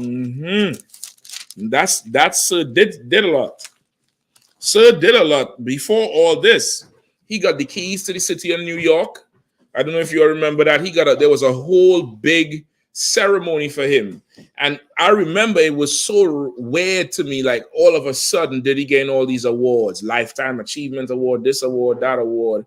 And come to find out, Cassie been talking for a minute. She been talking for, when I say talking, she been contacting him for a payout for a while. And all that was to buffer him, thinking they could make him look good in the public image because nobody believed Cassie. Right. Nobody believed anything. Like nobody ever believes the victim when it's a rich man. Right. If it's a poor man, of course, he has to go to jail. But when it's a rich man, nobody, his richness is holiness for most people. You get the point? So all this was to buffer him. But he was up there so proud, with keys to the city, doing his little dance, all the way up there talking with his son. We did it, King Coombs with the #1 song and all kind of nonsense. And come to find out now, you done, pissed off the wrong devil. But that's what this is about. Some devil he done pissed off and it coming out. The Lord is using it for sure. The Lord is using it because the Bible said the stars of heaven will begin to fall. Not talking about the stars in the sky, but the stars, your movie stars, your musical stars, your sports stars, right? So whoever it is, he didn't want to, roll over for or do something. He stand up, and the devil is like, nigga, you take too long to stand up. You should have did that back in the 90s. You standing up to me now after, after Shine done went to jail for you? After J-Lo done knew everything and then left? After Faith and Biggie, you want to stand up? Now we got to teach you a lesson. Now we got to teach you a lesson. Go ahead, Art. Salaki, can that precept also be used for Caesar Borgia falling as Christ? Fake Christ? How would you break it down? The pride God before fall? No, I'm talking about the stars falling from heaven. Use Caesar Borgia as an example that how we showing how in the Bible he's black. So this image that I wouldn't use that one for him. Constant. Because Caesar is not a star. Ain't nobody care about Caesar as much as they care about LeBron. You get the point? Like people fight over LeBron being the greatest. Ain't nobody care about Caesar as much as they care about, like movie stars and, stars that people, actually, Beyonce. You think Caesar could do something with that Beyonce can't? God damn, Beyonce is the, Taylor Swift. Shit. You get what I'm saying? For that one, you want to use Thessalonians falling away first. The man of perdition must be revealed. That's the one you want to do. The falling away, all the lies that prop him up. But Caesar today is nowhere in the shoes of, these superstars we have. Nowhere even close. You know what I mean? Go ahead, sis. Yeah, go ahead, sis. Do your thing. A warrior. Verse 16, sir. Say again? You want to skip up to 16? Yeah, go ahead. Let's do it. 16. How much better is it to get wisdom than gold? Mm-hmm. And to get understanding rather to be chosen than silver. Mm-hmm. And right now, that's what he wish he had. He wish he had wisdom and not all that money. He want to trade all that money up for wisdom and to be chosen. What? Chosen to be free. That's right. Set apart. But now he got to face that prison. Right now, if they told Diddy, walk to Staten Island and get a damn cheesecake pie at 1 a.m. in the morning and he'll be free, that nigga is walking. That's right. He'll walk barefoot for that shit. That's what the judge should do. The judge should say, Mr. Coombs, it's either you're gonna do it or not, but we ain't got it all day. You gotta want to do this. You need to walk down to Staten Island right now and get me a cheesecake and walk right back and bring it and don't make it spill. That's what you need to do and slam the door in his face like he did before. That's what they need to do to Diddy. Right? And keep going. The highway of the upright is to depart from evil. Mm-hmm. He that keepeth his way preserveth his soul. Mm-hmm. Pride goeth before destruction. Right. The read 15 again. In the light of the king's countenance is life, mm-hmm. and his favor is as good as a cloud. Hold on, that was 15? Oh, it was 16, sir. So like 16 is 17 is what I want. I apologize. The highway of the upright is to depart from evil. Mm-hmm. That's what an upright man would do, right? He would depart from evil, right? A man who is, an upright, meaning upright doesn't mean, he is never ever making a mistake or doing everything perfect. It's saying he is upright because once he realized this is an error, he corrects it. Like if you want to understand what being upright is your ability to correct something once it's brought to you that this is wrong, right? That's you know you're upright. Now because you may not have known this was wrong before, but now you know. If you continue now you're deciding to do wrong, Right. to be wrong, versus before this is just what you knew. You get the point? A man like that will change his way. Read on. He that keepeth his way preserveth his soul. And he that keepeth his way preserve his soul. You get the point? But Diddy, he was keeping the white man's way. Right. He was keeping his way. You know, there was the history of them freak off parties, them Greek fests, them Greek orgy fests. And Greek orgy fest, which was just, you know, a whole ton of carnality, ridiculous carnality. Pause right there where you are. Give me Ecclesiasticus. Yeah, we got some a little bit of time. Should be able to knock it out. Give me Ecclesiasticus. Hold on. Is it that what I want? Or Wisdom of Solomon? Bear with me. Wisdom of Solomon, chapter 2. Right? And also somebody give me whole Psalms 10 and 2 and Psalms 10 and 4. Give me Wisdom of Solomon. Okay. Go ahead. Take your time, bro. Okay. Book of Wisdom of Solomon, chapter 2. You want me to start at once? Yeah, please. I'm constant. For the ungodly said, reasoning with themselves, but not aright. Our life is short and tedious, and in the death of a man there is no remedy. Neither was there any man known to have returned from the grave. Break that down for me. What are we talking about? Go ahead, Shapiro. Basically saying, you know, there's no tomorrow. You know, there's no tomorrow. You got to get it. You got to get it now. You know what I'm saying? Because death is sure. Ain't nobody never come back. Find that tape for me with Diddy screaming like a little, you know, a little high school girl in his office. It should be up on the DC page somewhere. Right? Go ahead. So basically saying they realizing that in so many words, life is short. You got to get, you know, whatever we got to do, we got to get it now. Life is short if you're wicked. Constant. If you're righteous, this bitch seems long as a mother.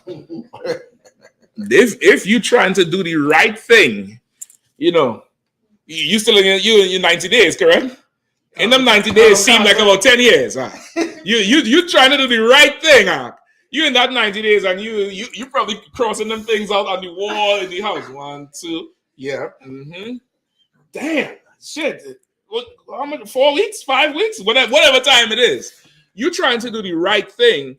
It's the longest time of your life. Right. It's the longest goddamn time. You know, easy it is to go there and have a one-night stand. Come in here and do the process of marrying. Courting. You got to pass 90 days to court. And after the 90 days, you got to do the 6 months to even be eligible to court. God damn. According to the calendar, God damn, 6 months. Then after that, you had to ask permission to court and wait on a damn decision. You waiting, I'll get back to you in a couple of days. You're supposed to forget. Let me give you some advice. Your brother or sister, you ask to court somebody in here. After you put your request in, just forget about it until they get the call. Because you're going to sit and look at that phone. Every notification, you're going to be like, okay, this is the approval. This is the approval. You're going to drive yourself crazy, and it's only been 2 hours. It's only been 2 hours, Negro. You get the point? You trying to do the right thing, it seems like forever. But life is short to a wicked nigga. You know why it's short? Because, boy, I wish I had some more time to use that baby oil. Don't nobody cut that and make a song bite and say, I'm not Diddy in there. Because the time is not long enough to use the baby oil. Which is why Diddy's freak-offs lasted how long? Days. Right. Because it wasn't enough time. I'm sure that party started as a, overnight shit that ended 6, 7 in the morning. Then Diddy woke up one day and be like, we ain't got to end the party, Playboy. Go get some food. Order more drinks, player. And just stay. There's not enough time for that. Lil Wayne used to be singing in a song, I wish I could have sex with every girl in the world. You remember that? I wish I could have sex with every girl in the world. Come on. We like her. We like her. Now, hold on. Y'all is priests up in here, and you're a priest in training. You sister been around priest.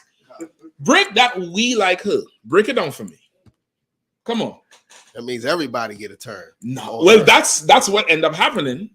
There's something else there. Come on with it. We like her, and we like her too. I wish I could every girl in the world. I wish I could every girl. We like her, and we like her too. Break that down for me. That there is ridiculous. Come on, warrior. Or going the route where basically he doesn't have to just pick one. Nope. There's something else. There's something there lying right there. I was going to say, you know, make sure the volume is up there too. If anybody online, all right, go ahead. Khan. I was going to say, you know, when he's saying we like her, is he talking about the demons? Yes. Break it down. He got the demons saying, "Hey, we want to kill you, so you're gonna have to." Well, not even that deep. The demon ain't telling him we want to kill you. But when Christ spoke and said, "What's your name?" What was the answer? We are legion. We are legion, for we are many. Lil Wayne is one man, almost half. He's small, tiny. We like her. I wish I could F every girl in the world. We like her is not talking about the homies. That's the demons in him, Mark. Oh, we like her. We like her too. We like her. Oh, I just wish I could F every girl in the world. This is not, ain't no fun if the homies can't get none. This is the demons in him, Mark. The demons in him. He can't, just like the scripture we just read about the oppressor, can't be satisfied. There's no satisfaction. There's none. There's none. The life they live, a woman doesn't excite them no more. No, that's hard to imagine. I'm gonna just tell you straight. Right. I tried to get glasses black like this tablecloth for camp, but I'm gonna tell you straight about that's hard to imagine that it just a regular encounter with a sister does not excite you no more. So you have to have freak offs. Or you just have to have every girl in the world because you've had one, she's boring now. You've had another, she's boring now. And that's the whole thing. And life is just short when you live like that. Life is just absolutely too short. You understand? Read it again from the top, brother, or whoever was reading. Okay. I got the Diddy as well. Oh, read it. Hold on, read it again from the top. We're going to play Diddy just now. Come. Book of Wisdom of Solomon, chapter 2, verse 1. Mm-hmm. For the ungodly said, reasoning with themselves, but not aright. Mm-hmm. Our life is short and tedious. Listen, play it right there. All right, thanks. I love you, man. Bye. I got my MTV out. Savage! I'm a savage! Oh! I'm a savage! Whatever I want, I'm going to get! Pause it. Read it again. Come, sir. For the ungodly said, reasoning with themselves, but not aright. Mm-hmm. Our life is short and tedious, and in death of a man, there is no remedy. Our life is short and tedious, and in the death of a man, there is no remedy. We play it. I got my MTV out. Savage! I'm a savage! Oh! I'm a savage! Whatever I want, I'm going to get! Whatever I want, I have to get! He stopped talking like a man, eh? He said, whatever I want, I have to get. He started to put on a whole other spirit. Life is too short for him. Life is too short. You know, you hear all them entertainers say they gotta work so much and it's so much to do. You're doing so much and most of y'all forget to file taxes. So what are y'all doing? What's the work? What's all this good work y'all doing? Right. You're doing so much work. You ain't got time for this and no sleep, and you're in the studio all night. But you could waste 4 days, 5 days, 7 days and a freak off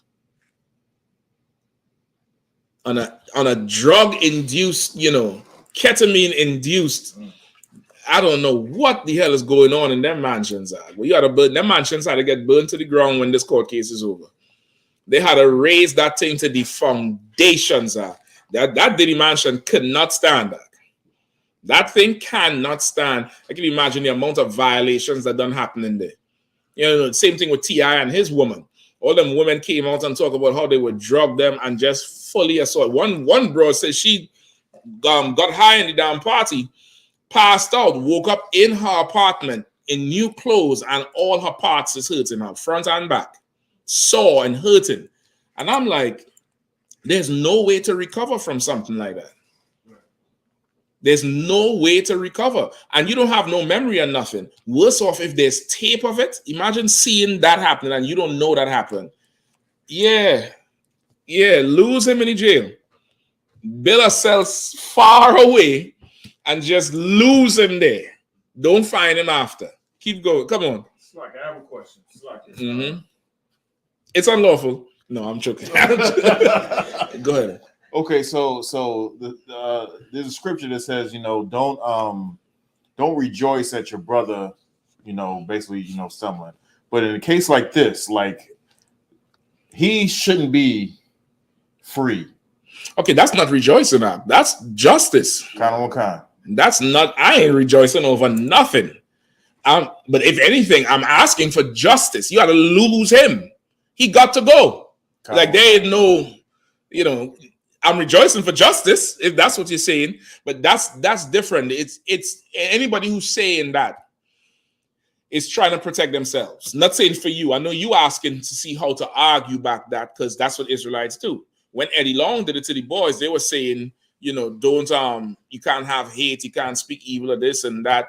Damn all of that then. Shit, you eating pork all year long. You want to charge me for this? Well then, nigga, let me sin too then, if that's the case. If that's the case, just let me have my one. Since you get to eat pork, shrimp, crab, and lobster and have sex with whores, and now you want to tell me about this thing here, let me have mine. Is that okay? Is that all right? Or we, now you got to charge me with something. This is not that, though. This is not that.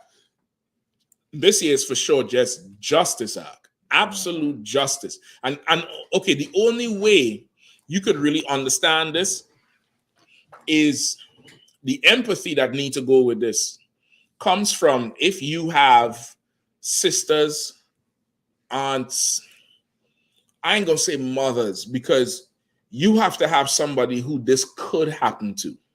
Right. You understand what I'm saying? Okay. So that's what I'm saying, like the younger sisters that this could happen to. Now imagine that should happen to your relative or friend, somebody that you actually give a damn about. What we talking about? Come on. Sir, is a comment online. Ramon Slater says, that's what happened to my homegirl. Her boyfriend beat the both of them, and she woke up in different clothes. Yeah, sir. Is her friend, her homegirl, boyfriend beat the both of them, and she woke up with different clothes on. Well, listen. It's unfortunate, absolutely unfortunate. And again, people like Diddy, him, if that's the case that happened, they got to go. They absolute something has to be done, because okay, the end of this has to stop. But unfortunately, the lust is so strong in America, and the pride of that lust is so strong. There was one time where people would commit crimes against the Lord, otherwise known as sin, in private. You would not know this is what this person is into. That's why the whole term in the closet and coming out the closet. You had functional addicts. You had people who lead in these lifestyles, but it's not known to everybody that this is what's going on. You get the point? But now with the pride of America and the pride of the lost ark, everything is done out in the open. There's nobody's hiding to do nothing no more. And that's bad. It's bad as being done in the beginning, but it's bad doubly now because now children can't tell the difference. Children can't tell what's normal, acceptable behavior and what's folly, which is why the younger generation is caught up in a lot of folly. You understand? Like that's where it's done going to. So, something like this happened to you. The only way for you to even recover is to come into the truth and become brand new. You gotta become a whole new person and let that person die.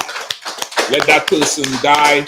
If you have been a victim of something like this, the old person just has to go in the grave and you become somebody brand new. But justice got to get served, though.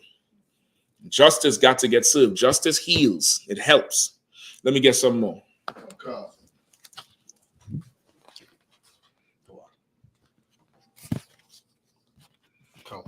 Go ahead. Our life is short and tedious, Mm-hmm.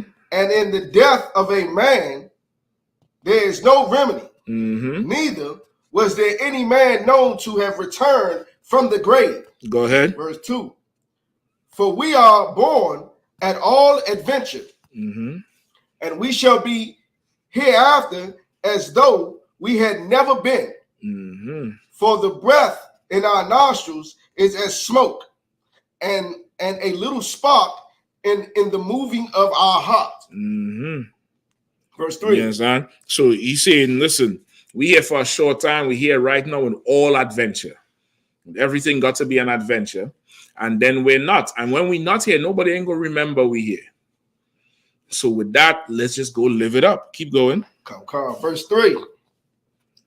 Which being extinguished, our body shall be turned into ashes, Mm-hmm. and our spirit shall vanish as the soft air. Go ahead. Verse 4. And our name shall be forgotten in time, and no man shall have our works in remembrance. That's such a prideful statement. We're going to be forgotten in time, and no man will remember our works. And he ain't talking nothing about leaving anything for his children. The scriptures say a righteous man leaves an inheritance for his children's children. He worried about people remembering him. You get the point? Come on. Yes, sir. Something just crossed my mind. Something just crossed my mind, right? Mm-hmm. Seeing how rich this brother was and what he did with his money. Imagine Yahanna coming back to see the poverty of his people, right? And to look at you and just see thousands of bottles of baby oil in your closet. And he's looking at the poor people that you could have helped. It's gonna be a shameful thing. I couldn't imagine the shame in that day. Like, it's like, what did you do with the money? And you just oppressed poor people and participate in free calls. That is embarrassing. I couldn't even. I wouldn't even want to be here when that happened. Listen, right there where you have. I want him. Just read for me Proverbs 10 and 2. Come on. Proverbs. Salakia. Oh, sorry. Proverbs chapter 10 verse 2. The wicked in his pride doth persecute the poor. That's Diddy. Like every other rapper or musical person, not every other, but a lot of them, I've seen take younger artists and try to groom them in the business. Go ahead, do your thing. And try to groom them in the business of the industry. From that 50 Cent to what's the brother down south? Master P. The other one, Trick Daddy. They all try to. No, I ain't saying they was righteous, but they all try to, get something going with their people, bring someone in together, pull them in. And the people who they pull in may not necessarily have actually had musical talent, but, money sharing, and they're trying to put people in the stream of money so they could catch some money. This fool here makes people walk for, cheesecake and do all kind of dumb shit just because he has power and because they're poor. Like that's an evil ass nigga. That's a ridiculous ass person to do something like that. Like you don't take advantage of somebody like that. You don't do that, but because that shit was done to him, or he see the oppressor doing it to other people, and in our carnality, we strive to be like the oppressor. He done start to do this to them groups. Read it one more time. Con. Proverbs chapter 10, verse 2. The wicked in his pride doth persecute the poor. Mm-hmm. Let them be taken in the devices that they have imagined. Yeah. They use baby oil in jail too. I'm telling you straight up. They use baby oil in jail too. Somebody might pass and spray you down and then throw a match at you and light you up. You know, baby oil is flammable. Get the point? I know you also thought it was that other thing. But for what he did, there's brothers who is not supporting none of that shit. There's brothers who in jail who either know somebody who done been violated horribly or they themselves have been violated horribly and will not suffer that type of criminal. That's why you have child molesters. They don't survive because that person who is, doing that vigilante justice, they either been violated by a molester or know somebody who was violated by a molester. And they bring in that righteous indignation to you. You get the point? Bringing it to you. Go ahead. It remind me of the ending of that Dharma. Yeah, I thought about the same thing as I was talking. I just didn't want to say the damn thing, but I thought about that same situation right there, brother. Like that. Yeah, there's baby oil in jail too. There's lots of it, and it's very flammable. It's very, very flammable. Go ahead. You're gonna be screaming like on that table. Ooh, I got whatever I want. I must have. No sweat, nigga. No sweat. Slag, sir, when I was in the bathroom, I heard you talking about, people. He never did anything like trying to bring somebody up. I remember I believe his first real artist with Bad Boy was Craig Mack. Craig Mack said he only got $1,000 out of his career and had the hottest song on the radio. He make people sign all kind of bad contracts. Salaki for the extra note. Horrible ass contracts that he just gets to take all the profit of, trying to be the oppressor. Well, no problem. Now you're in the hot seat. Now you're in the hot seat. Let me get some more wisdom of Solomon. Then we move to what's the other one I want? We move to something real short. Go ahead. Call, sir. Let's see where I was at. Book of Wisdom of Solomon, chapter 2, verse 4. And our name shall be forgotten in time, and no man shall have our works in remembrance, and our life shall pass away as the trace of a cloud. Go ahead. And shall be dispersed as a mist that is driven away with the beams of the sun. Hold on. Where you at? Verse 4, sir. Verse 4. Come sir. Give me verse 6. Come sir. So this is Diddy. Because they're so rich and powerful. Diddy, Jeffrey Epstein, Harvey Weinstein. Give me some more. R. Kelly. Give me some more. Say again? I'll just say Michael Jackson. Michael Jackson. Who else we have? There got to be some woman in there somewhere. Shit, you throw her in there too. Hell, listen, them tapes got to come out. Yeah.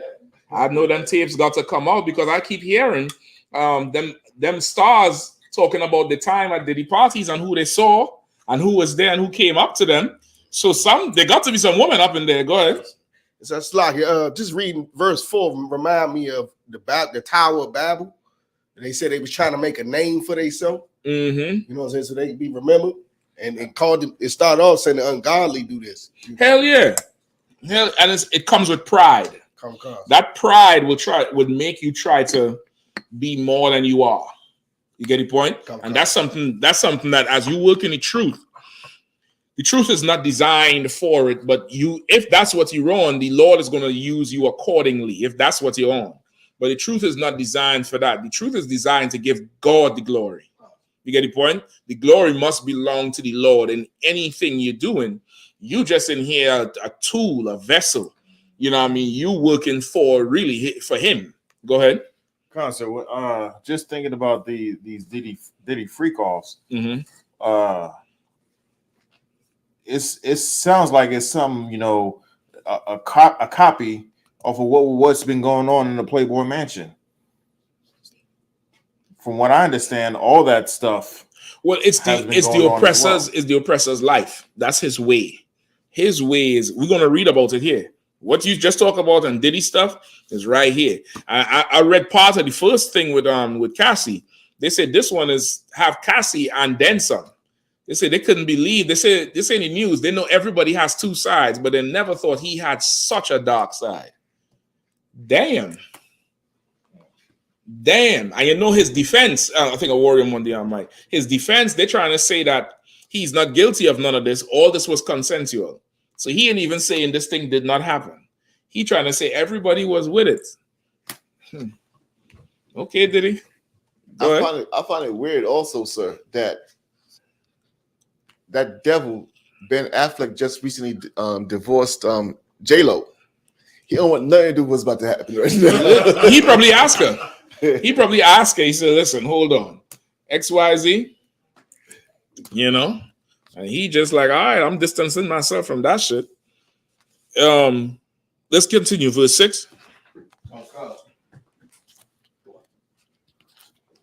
Book of Wisdom of Solomon, chapter 2, verse 6.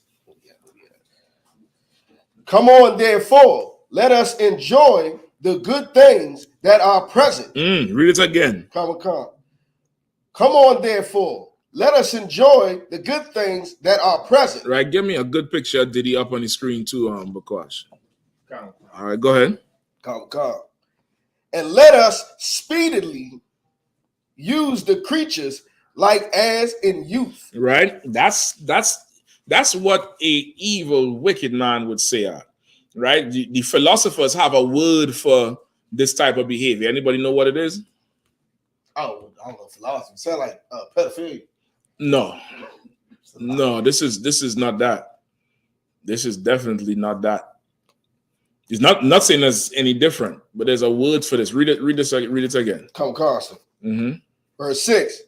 Come on, therefore, let us enjoy the good things that are present, and let us speedily use the creatures like as in youth. You say pedophilia because of the youth? Carson. No, it's a different context here. Is it a deviancy, sir? Not deviancy. Yes, sir. Hey, go ahead, Up. Is it promiscuous? Nope, but that's part of it.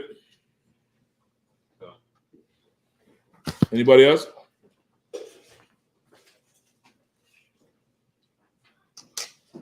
Go ahead. So like I don't have the scholar's word for it, but today's word for it is YOLO. YOLO is definitely this. Carson. That's why I say life is short, right? The word is called Epicureanism. You ever heard the word Epicurean? Right? Look it up for me. Look up the definition of Epicurean. Remember when I first got to DC, there was this restaurant boy called Epicurean boy. And I was like, boy, that's some fancy ass restaurant. Then I came to class. Boy. And I was like, all right. You know what I mean? It was a regular restaurant. And so, serve a ton of, good food and stuff like that. But just the whole name of it.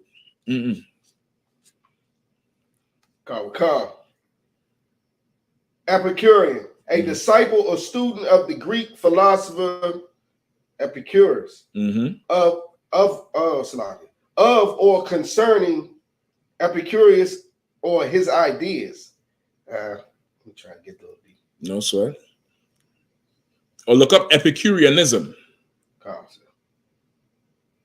got that. Go ahead. Slav, pass the mic, please, brother. Epicureanism is a philosophy that originated from the teachings of the ancient Greek philosopher Epicurus. Epicureanism is based on the idea that happiness is the goal of human life and that it can be achieved through moderation, simplification, friendship, and community. Some key aspects of Epicureanism is materialism, pleasure, simplicity. That don't sound like moderate nothing. In the definition he read, they said in true moderation, right? And there ain't nothing moderate about that shit. Like Epicureanism is about pleasure and enjoying pleasure by any means. Go ahead. Epicureanism, the philosophy of Epicurus, who subscribe to the hedonistic, right? And hedon is spelled different from heathen. Heathen is Heathen. That's non-Israelite. Hedon, Hedon, is about pleasure, total pleasure. That's it. Anything pleasurable, you are called a hedon. Go ahead. Hedonistic ethics that considered an impurable,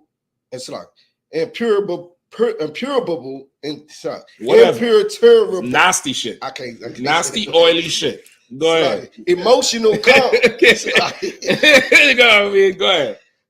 Emotional calm, the highest good, and whose followers held intellectual pleasures superior to transient sensualism.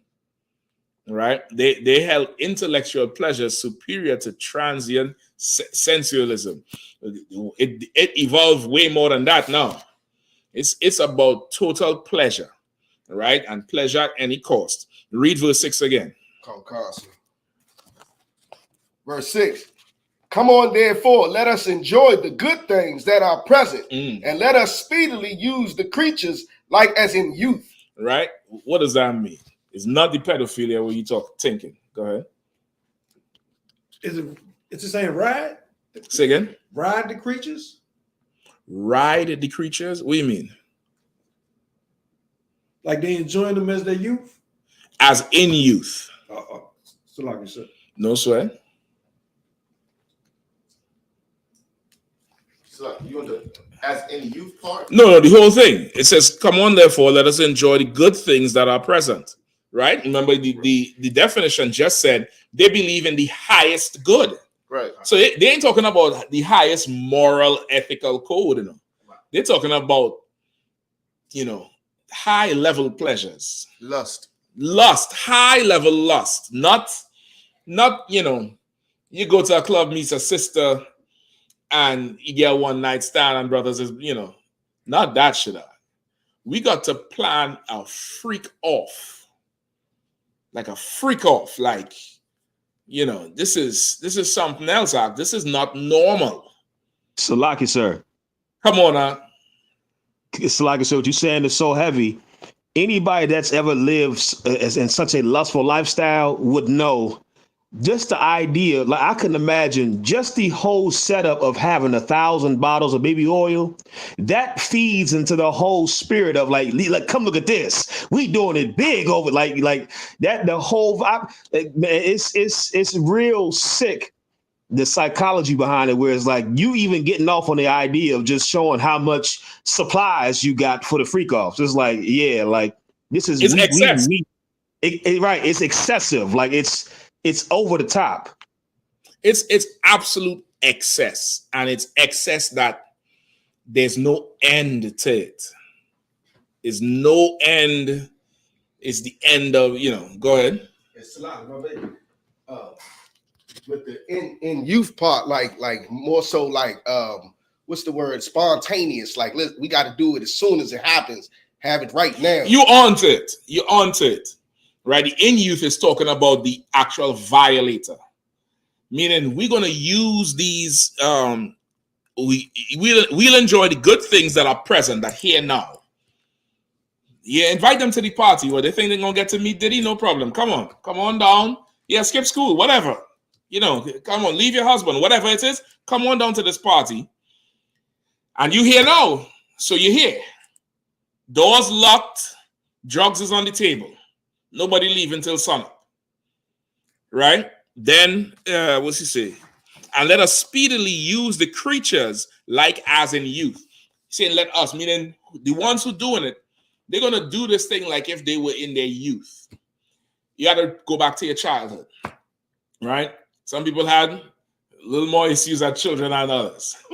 But everybody, I'm sure, at one time got a little ant or a little bee and held that shit down with the matchsticks or the tweezers and plucked the damn wings off it. Y'all never did that shit. Y'all never, took apart an ant and pull his legs off and shit. Oh, y'all shame to say this shit, nigga. You did. God damn it. Y'all, everybody in here looking at me like. Yeah. I see what happened. Some of y'all didn't stop at the ant. I stopped at the ants and bees. Some of y'all caught the squirrels and the puppies and the kittens and shit. Yeah, I mean, but that's something children do. Children do that shit. Forget about you get the magnifying glass. You start to burn your toys up, then you're like, oh shit, I could light this bee up. I could light this lizard up. You start doing, no, you're doing that to an animal that, or insect that, you know, in all intents and purposes is inconsequential, right? You really shouldn't do it. I get you. It's an ant. Don't have a conniption over it. It's a bee. It's okay. But there's some people who grow up with the same propensity. And that's how Cassie got beat in front of that elevator in a towel. You understand? That's how she got beat in a towel. That's how, according to her, he took her to parties and drugged her up, paid homosexual adult stars to violate her all night long while he looked, while she was drugged. The same way a kid will, sit there and, throw rocks at a frog or, tie a firecracker to a cat. You get the point? That thing there, take that to people. That's this. That's this thing here. It's beyond what you could know. You can't imagine what's going on in your wildest night of fantasy. You can't imagine that shit. Right. You just can't. You will not be able to even understand what's going on. You'll remember there was a TV series called Empire? Right, there was a young actor called Brashear Gray. You pull up his thing. His name was Brashear Gray. I can't spell this shit. I forget his name on the show. Something Lions. I think he's from Philadelphia. Hakeem, that's his name. Hakeem on the show to Raji P. Henson. I remember calling him Hakeem this, Hakeem that. Pull him up. Pull up a before and after picture of him. Pull up him on the show with a nice crew cut and shit. And yeah, you see him after, right? The mugshot. Okay, they say, brother, he ran out of one of them parties, high out his mind. And the first thing out his mouth was Will Smith and somebody else tried to have sex with him in the room. And he never recovered that. And everybody was laughing at him and saying, damn, look how fast things went from sugar to shit. He never went back acting up. He totally lost his mind. Totally lost his mind. You sure on it? So I have the before. I'm about to put up the. Come on, let me know when it's up.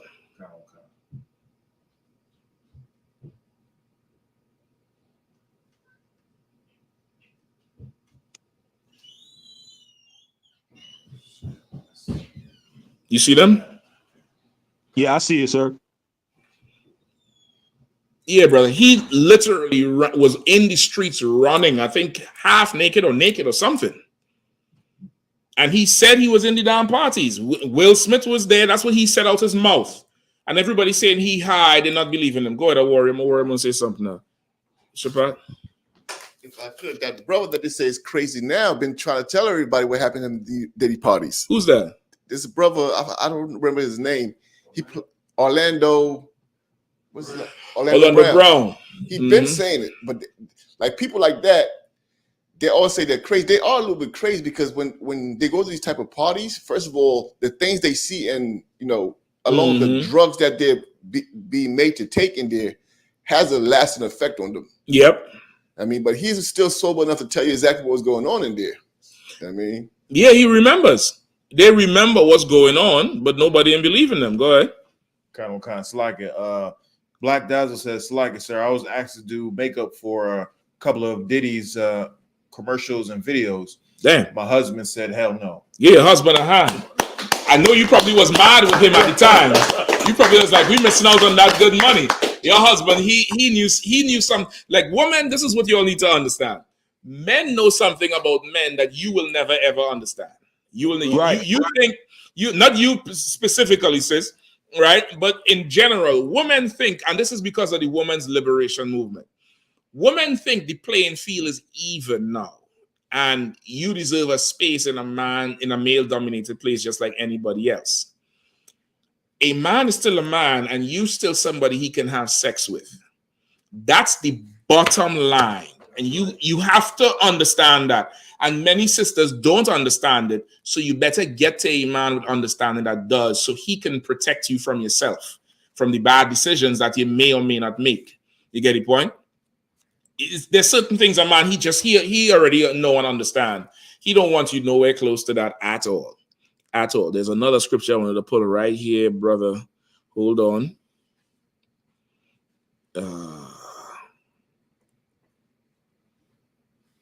Bear with me one. Let's keep reading in Wisdom of Solomon, all right? Take time, please. Verse 7.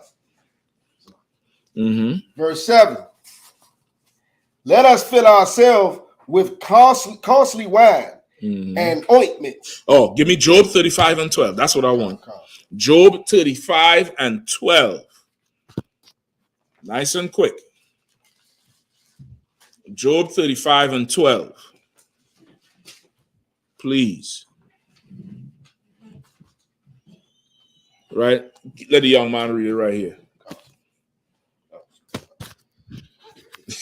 Job chapter 35, verse 12. There they cry, but none giveth answer. No, yeah. Go ahead, read it again.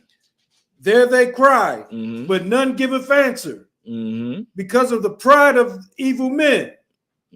Surely God will not hear vanity, neither will the Almighty regard it. Read it one more time.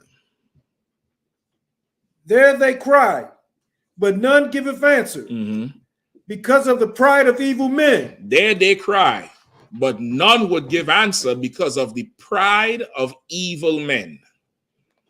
Like, people have been crying out about these deviants for the longest while, saying all kind of things about them. Madonna is another one, an absolute deviant. There's so much of them. A lot of them is oppressor women, but there's that Monique too. Don't forget, Monique at one time was saying what she entertains other men and her husband is good with it. I forget how she worded. She worded real pretty, but it's some old slutty nonsense was going on with the two of them. You know what I mean? Where the husband would let her have sex with other people, and sometimes he watched, sometimes he ain't there, and and she loves him even more for allowing her to be some old nonsense. Like, brother, it's bad outside. It's absolutely bad outside. You better come get within quickly, right? A lot cried before, but nobody would give answer because of the pride of wicked men. The pride of wicked men. They all close in and circle in and close ranks down, and the victims go wanting. Ain't nobody give a damn. Let me get someone Wisdom of Solomon.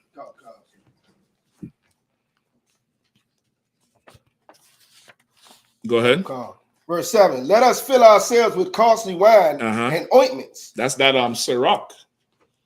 That's Ciroc and them perfumes, boy. Diddy and the perfume and the Ciroc and all kind of stuff.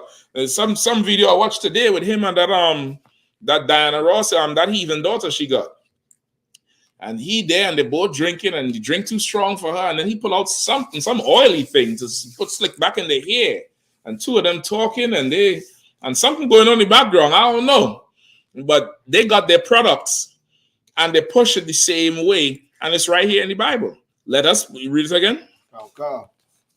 Let us fill ourselves with costly wine and ointments. Go ahead. And let no flower of the spring pass us by. And let no flower of the spring pass by us. Meaning, like springtime, how everything is brand new and fresh flowers growing. Let no fresh thing pass by. That's why Aaliyah was a prize in the industry. Cassie was another young ass girl, prize in the Rihanna. Another one. And she got horror stories too. I'm gonna tell you straight up. She probably is good at hiding the emotions of the shit. But in that car, Chris Brown said she was swinging. You be a young girl with so much rage to fight. Something done happened to you. Go ahead. So like it sounds like what they call like the casting couch or the what is it called? The director's chair. I think that's what it's called. That casting couch, that Hollywood shit. Constant. But it's even deeper than that. Because ain't nobody. The casting couch done going to the internet now. Done going to the internet, and with all these properties they have everywhere, it's nothing to just throw a party. It's nothing to just throw a party somewhere and just send the address, and there's a ton of girls just show up. And that's just that. They just want to be a star, want to be around them. You get the point? Keep going. Okay. Verse 8.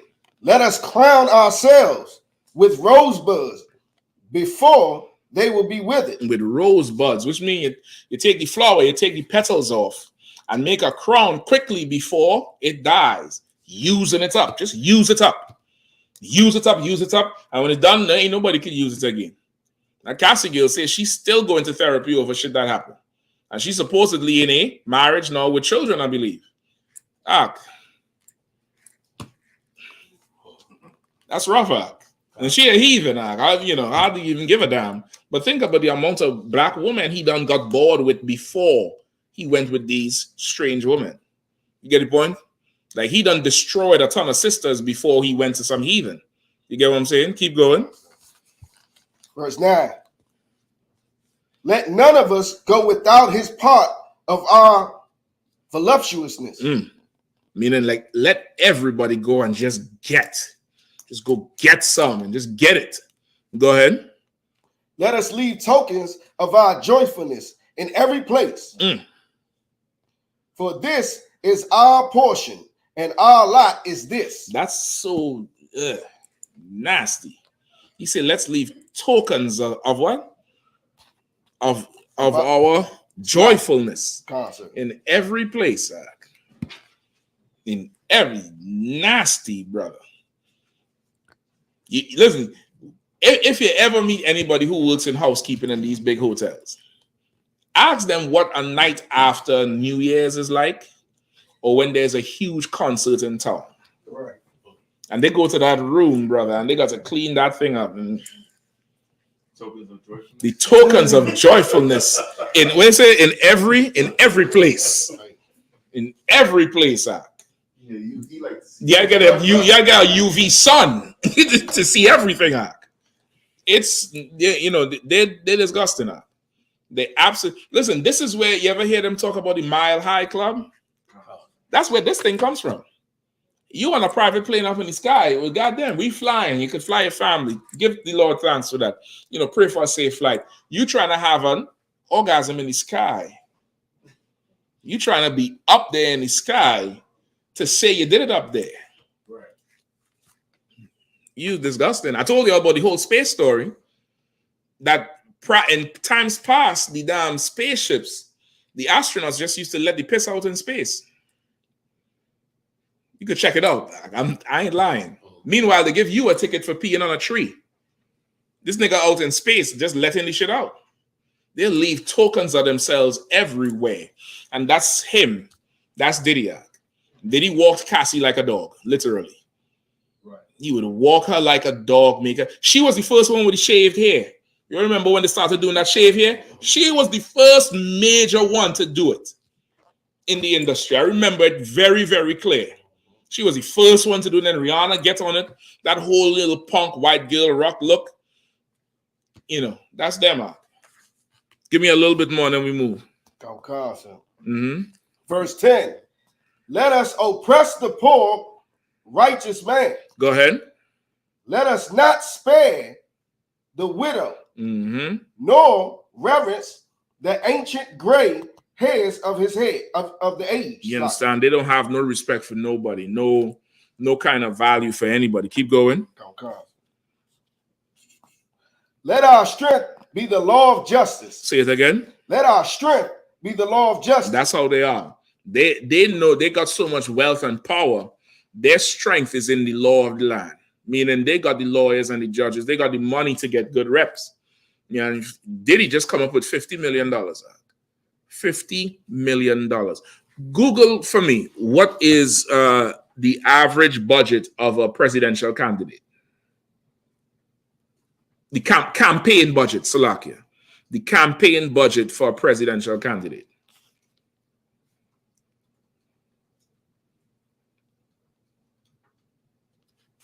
Keep reading now. Let me know when you have it on. Calm, sir.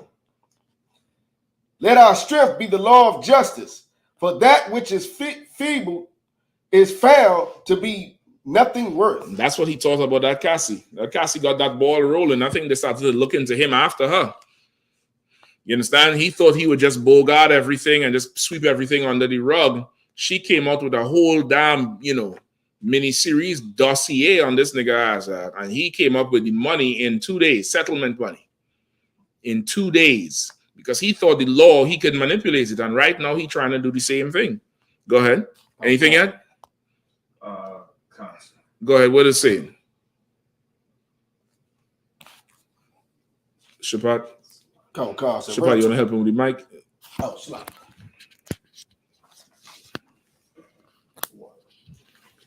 It shows 2020. Mm-hmm. I'm trying to get the, okay, it's total number in millions. Okay, that's $3.1 billion. No, that's not a campaign budget. It says campaign budget. Hold on, I'm gonna look it up. Shit, you blowing my mind with that. It said total spending for a presidential candidate. For a candidate. For $1 billion? Shit. Let me pull this damn war scarf on and listen. I'm the shock. I'm the shock. I'll be a senator. Vote for me. Billions of dollars these niggas partying with. Come on, Shapat. What you got? Like I got 2002. 2002 is 20-something years ago. I mean, not 2022. Come on. Got 8,937. Get the fuck out of here. Excuse me. Go ahead, Sean. Like 16 billion. How much? 16 billion. Well, that's Trinidad money on. Okay, I thought it was in the millions.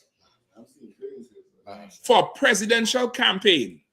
Hold on. That's each candidate. Okay, that got that. I don't think that's everybody. That got to be the last two. No. That got to be the last two. You mean to tell me them niggas who losing is spending $3 billion to lose? No, I ain't believing that shit. Come on, I was born. I was born at night. It wasn't last night. Go ahead. It's like if I made, 2020 was the last presidential election, right? Okay, I got 16 billion for that one. Okay, that's for one person. Cost. Okay, hold on. Yeah, listen now. 8,937,407,772. Damn. 407,772. Hold on. Listen, this might be my last class here.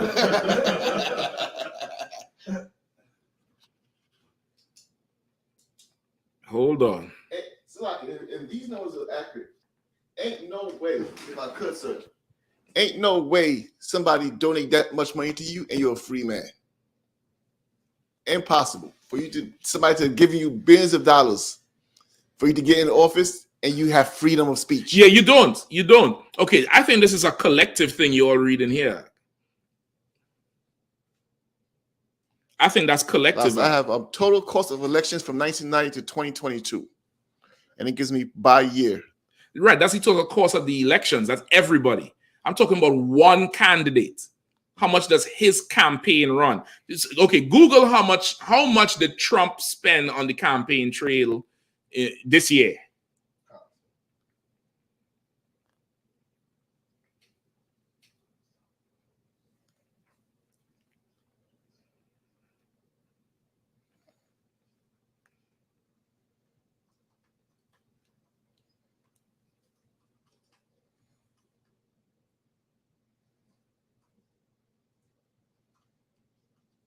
I keep reading, Shapat. Whoever find it, let me know. So I have it. What do you have?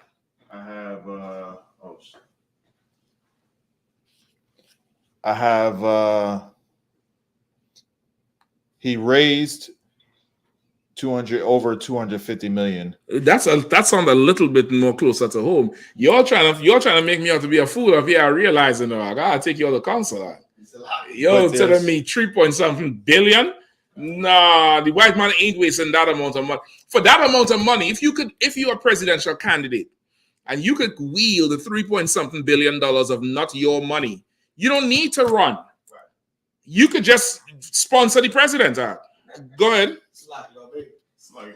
Go ahead. Come on. There's a little more. So the president Trump raised 264 million. When this year or for the last one? No, for this election. Okay. And then there's a bunch of different groups that still count separately aside from him itself. So the next largest group is Make America Great Again Inc., which raised 255 million.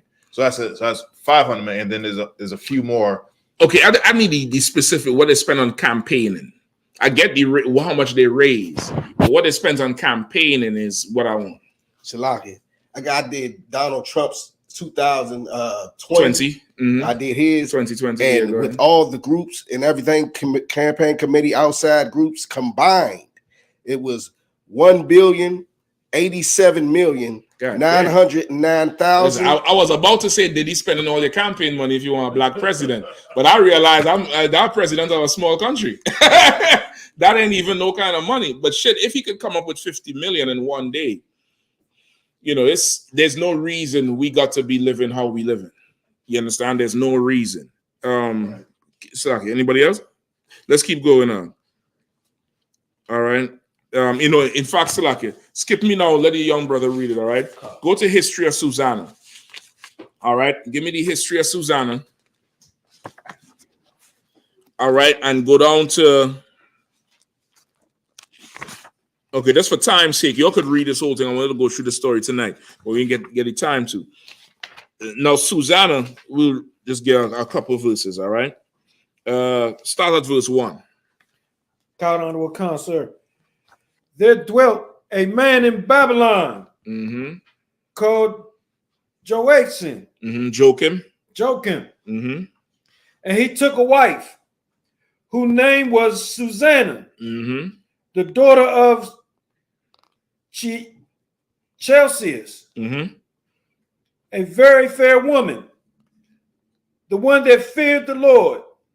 Her parents also were righteous and taught their daughter according to the law of Moses. Right. So this sister here, Susanna, she was bad as could be. They say a very fair woman, meaning she was beautiful.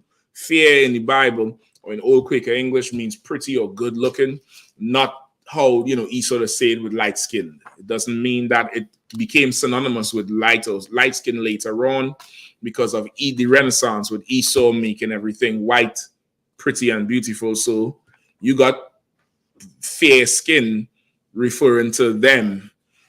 Over time, it just became synonymous. When people say he fair skinned, it doesn't mean white, it just means pretty. That's why I say she was very fair to look upon. Right? She was also righteous. She knew the law, and her parents knew the law and raised her knowing the law, which is important.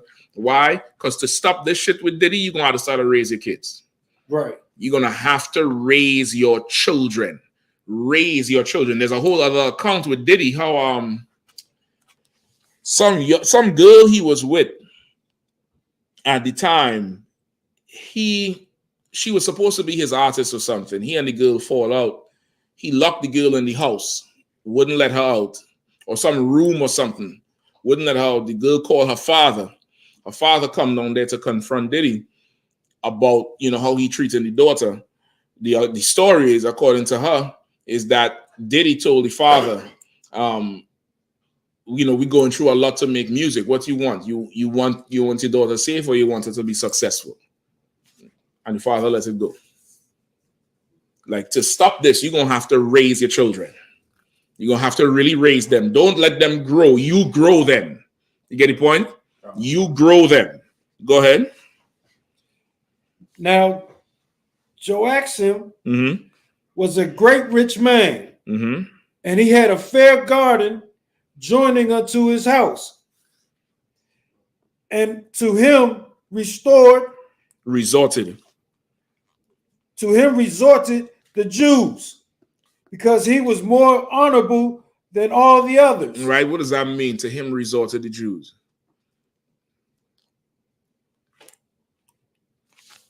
Who knows? Mike?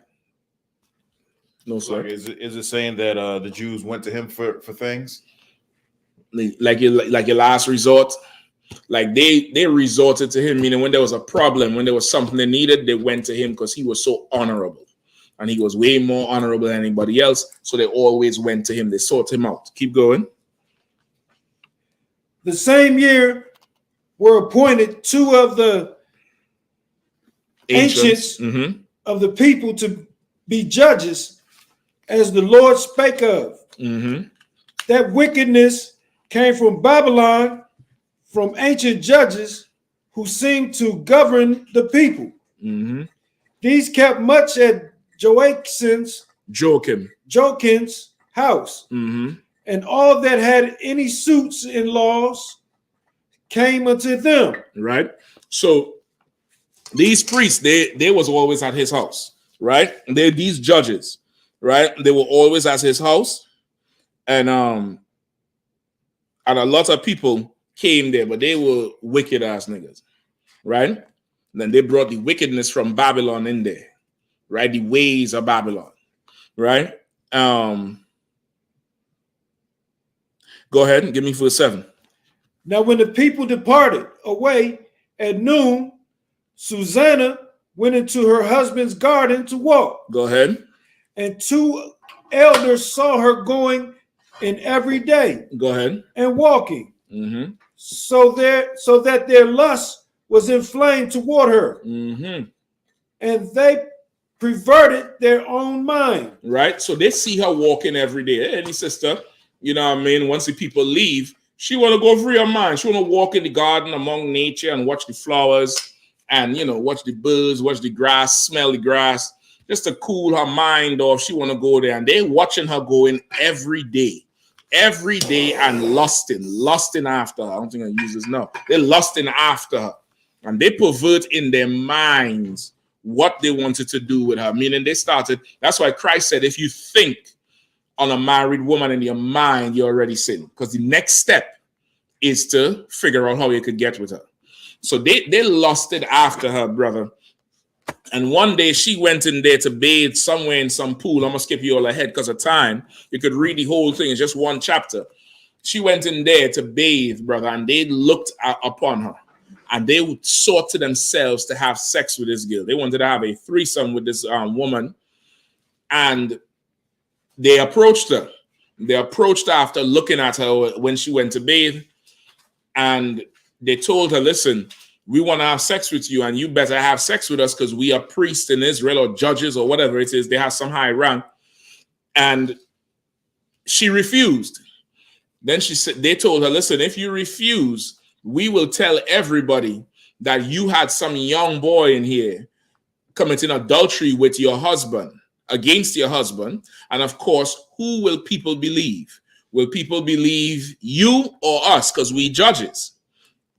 Right? So now, hold on.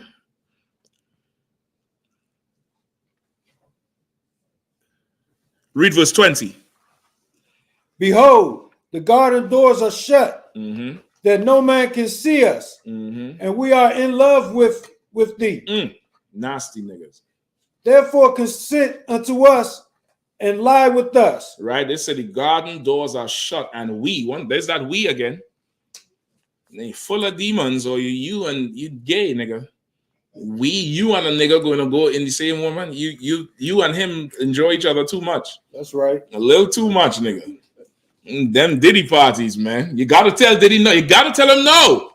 You got to tell him no. Right. And she about to tell them niggas no. Go ahead, Al. It's like my mate. Go ahead. I was around some homies yesterday, and they started to twist up, and I brought out how y'all taught me when it comes down to, when they rolling the blunt, they licking all on it, and I just started saying that to them. And when I tell you, everybody face dropped.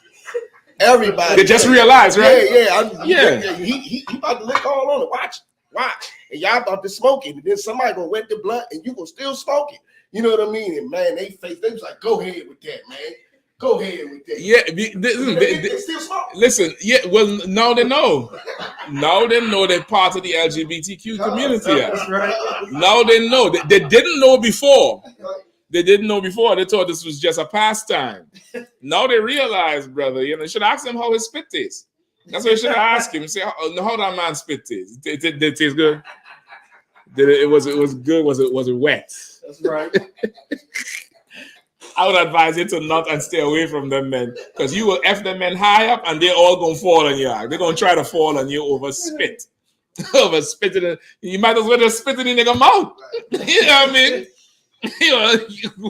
You exchanging bodily fluids. Go ahead, warrior. You should ask them if they wouldn't want to put some baby oil on that blunt. Make that shit go smooth. Put some oil on that blunt, it burn faster.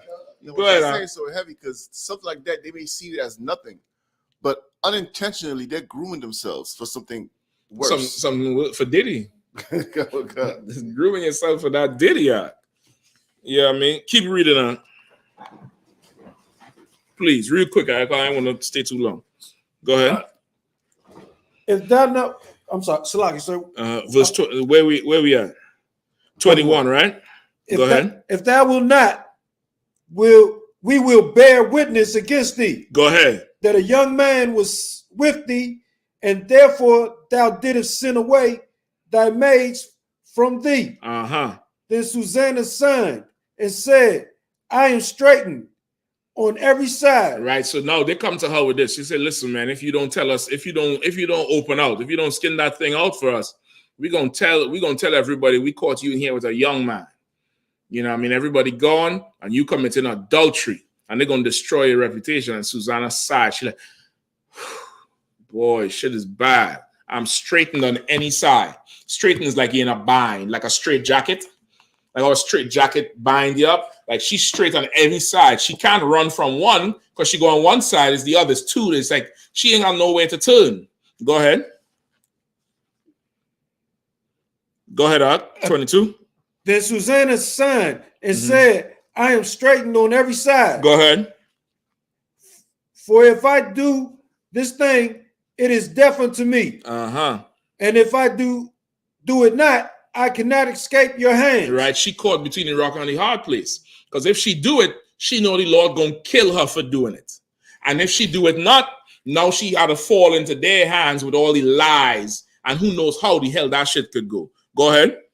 It is better for me to fall into your hands and not do it than to sin in the sight of the Lord. That's one thing. That's the lesson number one. For all you sisters out there who might be in a compromising situation, it's better to fall into the hands of them, whoever it is, than to sin against the Lord. What does that mean? You give in? No, you don't give in.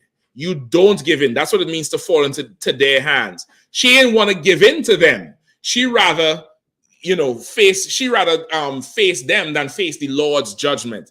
Giving in to them would face the Lord's judgment. In a situation like this, you make things bad for you and them, and you go to war. You get the point? Go ahead, Shapat. Sir, a precept don't fear him who could kill the body, but fear him who could kill the soul and the body in hell. Exactly. Go ahead.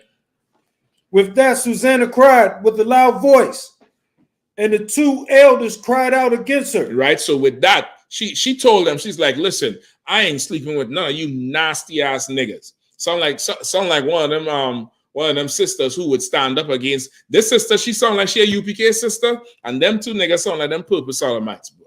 They're the type that would do some old slimy old shit like that. That's right. Just old slimy, frame you up, corner you, because they ain't got no game. So they got to corner somebody and do some nasty shit. Like, I guarantee you they're doing it. I guarantee you they're doing this and that. So as soon as she tell them, nah, I'm standing with the Lord, I'd rather deal with the Lord than with y'all, she cried out, and they immediately cry out right after.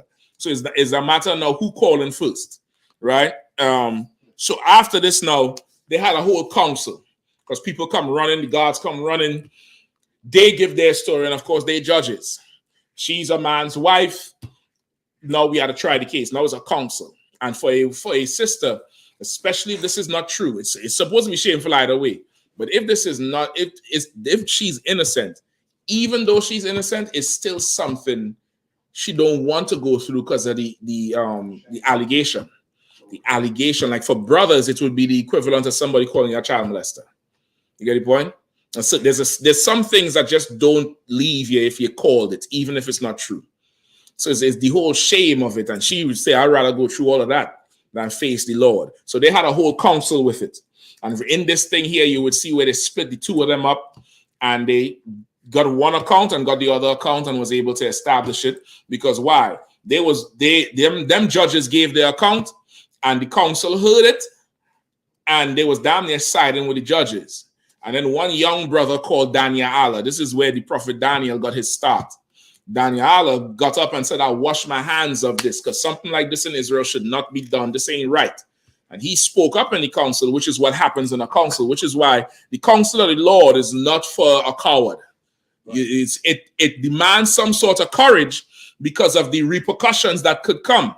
And you had to know that if this is right and you standing with the Lord, as long as you think this is right, you should say what you have to say in the council. And it's either Yala or Khan or say some more, what's going on? Or some more say sometimes it happens. Sometimes my sister with a nice old timid voice come in and say, Salakia, sir, can I say this? And start to knit the whole thing together. Right. Shit that just wasn't making sense. She just run the whole sewing machine and stitch the whole thing together. And everybody understand what the hell happening now. Go ahead. It's like, if I could, something similar to this happened, during last year's Passover Council, where the general was like, no, we're not doing this. Salakia. Moving on. Salakia.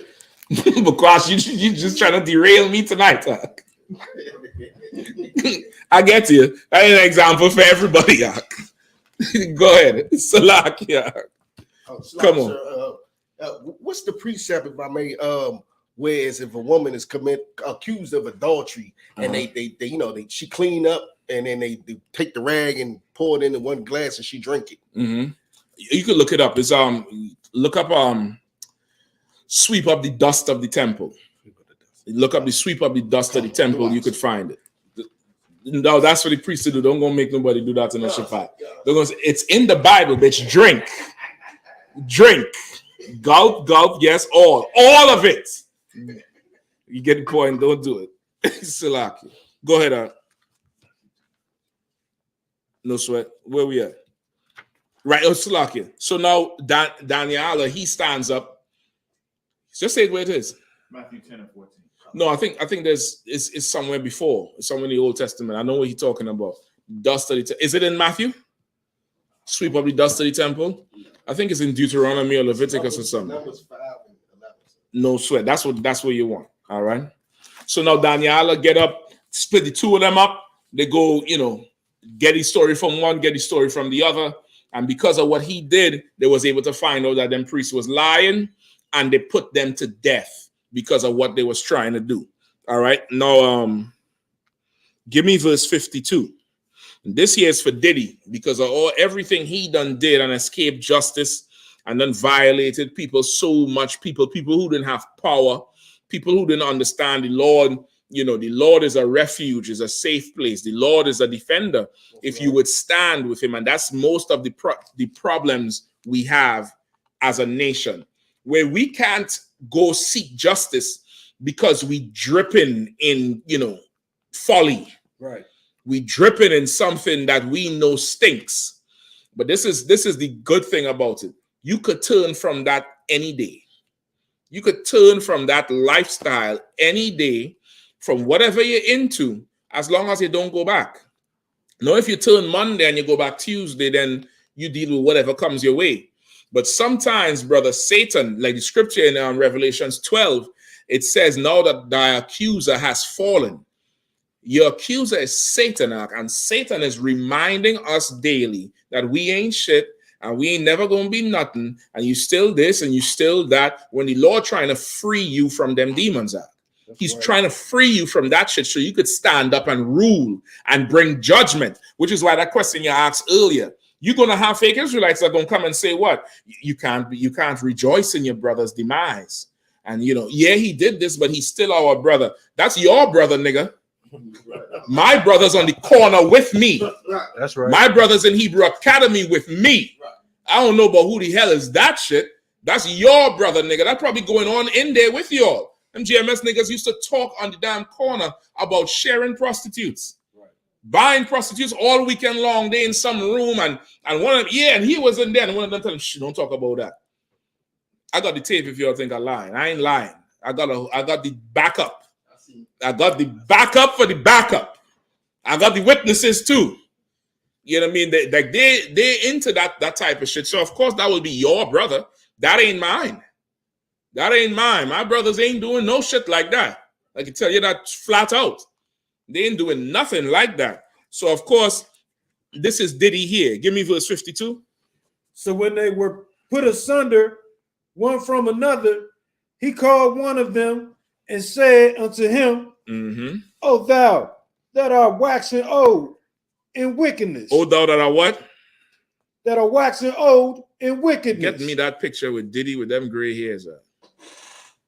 There ain't nothing wrong with gray hairs if the gray comes from serving the Lord. Right. But you could get weary from serving Satan too. And Diddy, you about tired as they come, boy. Your black is cracking. I can tell you that much. They say black don't crack, not Diddy. Not Diddy. Yeah, he get charged with that shit. They took the revolt off of him, brother. He stopped whatever was going on with him. I don't know. But boy, he came in there and he was looking rough. Oh, thou that are what?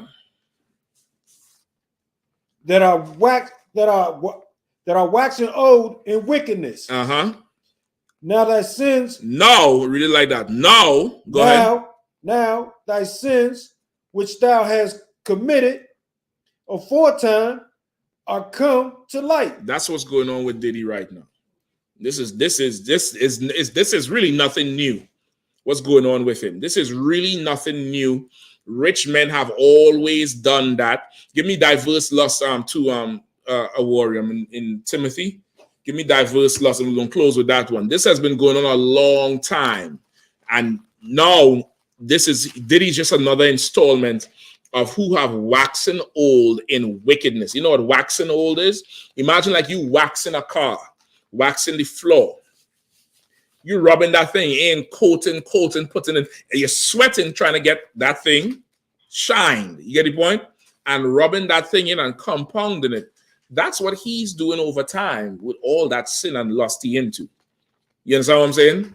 He's waxing old. He's now polished and shined up in his wickedness. Like there's no way he could turn on no side.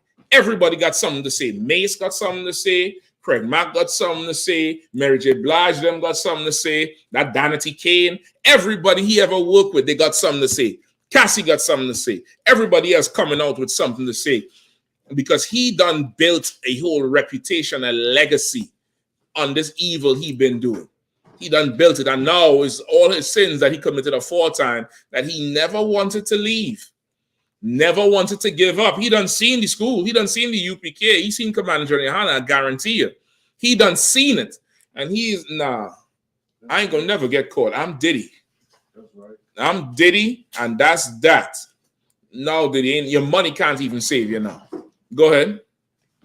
Salaka, sir. Let me start at verse 1. I'm gonna read through it. Okay, how much verses is it? It's about 9 verses. 5?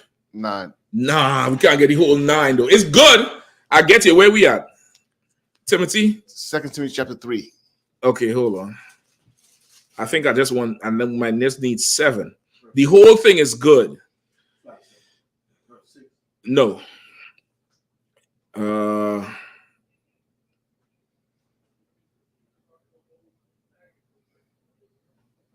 Where you was reading from, a warrior? Where you was going to start?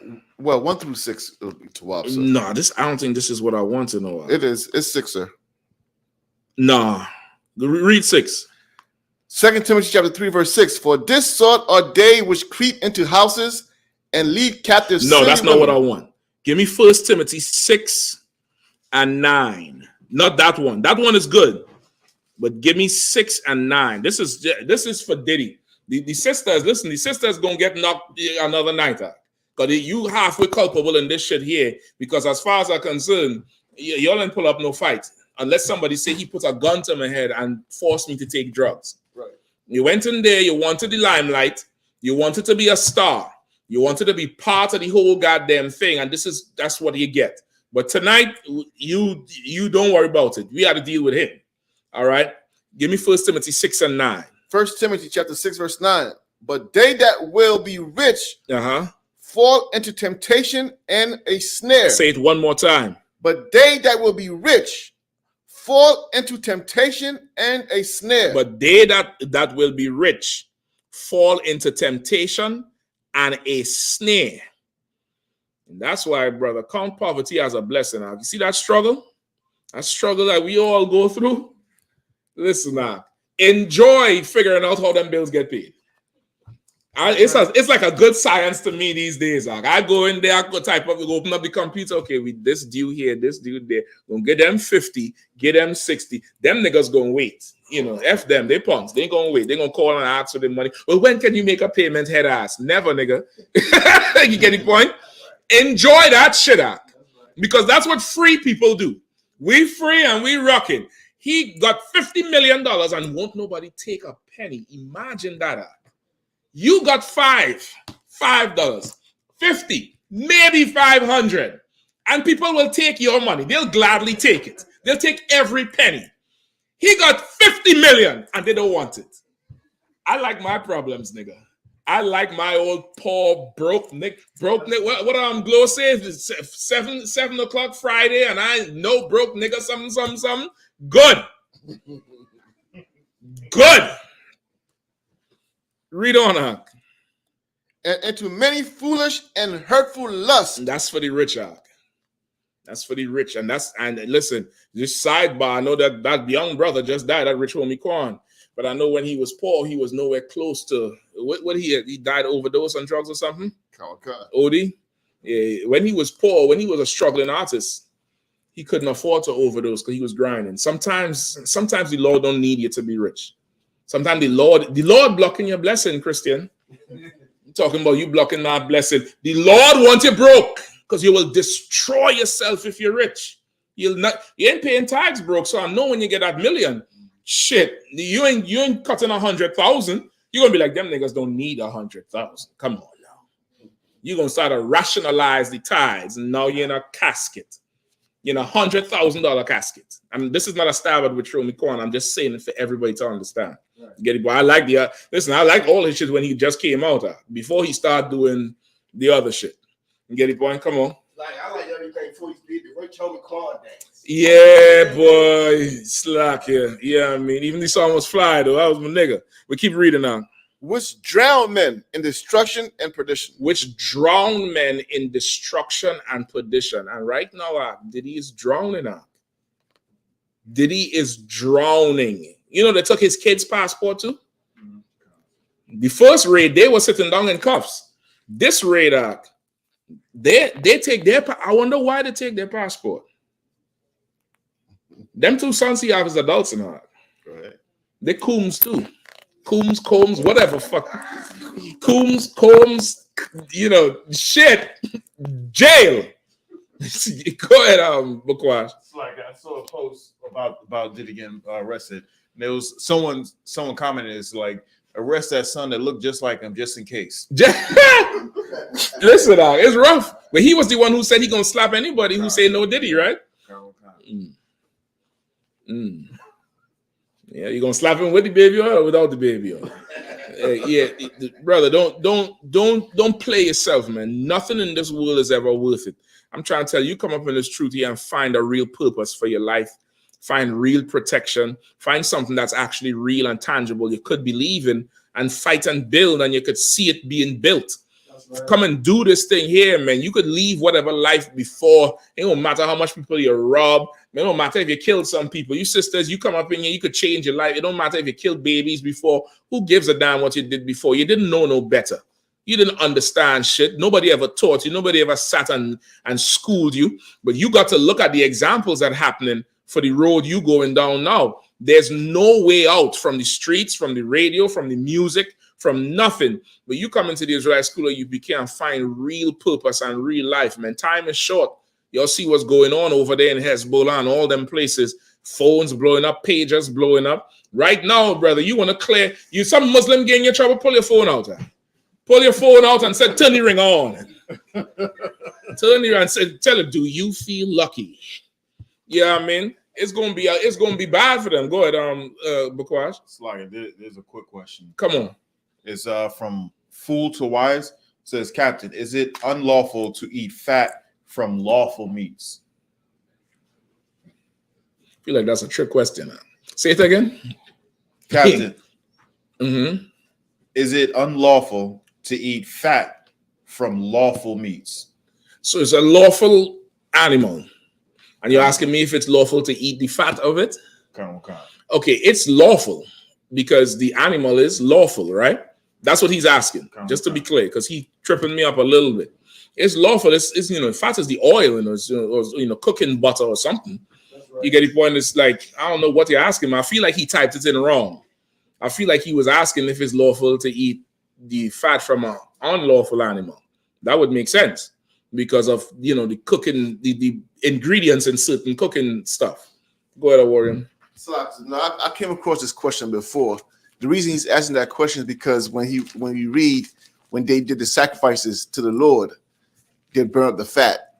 But those were sacrifices. It's not a meal that you're making for your family. Well, okay, you burn the fat just like how you would burn the oil in the pot when you're frying something. It's like that. Don't look at it like you saying. You don't look at it like it's a separate thing, and the burning of it is because it's evil. Like this is all part of it. Remember, some of these offerings to the Lord, you was seasoning the shit first. You was not seasoning it, but you preparing it. You preparing fried chicken to be burned. You get the point? So if it is a lawful animal, the fat is part of the animal. You're not sinning by eating it or whatever. Now it mightn't be healthy. It depends on the person. It depends on your lifestyle, but it's not unlawful. You're not sinning. Now, whatever it is, whatever instruction about burning the animal with the fat, just follow that instruction for that part. We don't do sacrifices anymore anyway, so that shouldn't even matter. Christ was the last sacrifice. That's it for now until we in grace period now. This is until after the kingdom. You get the point? But if that's what you're asking, it's perfectly lawful. Don't listen to nobody telling you it's unlawful.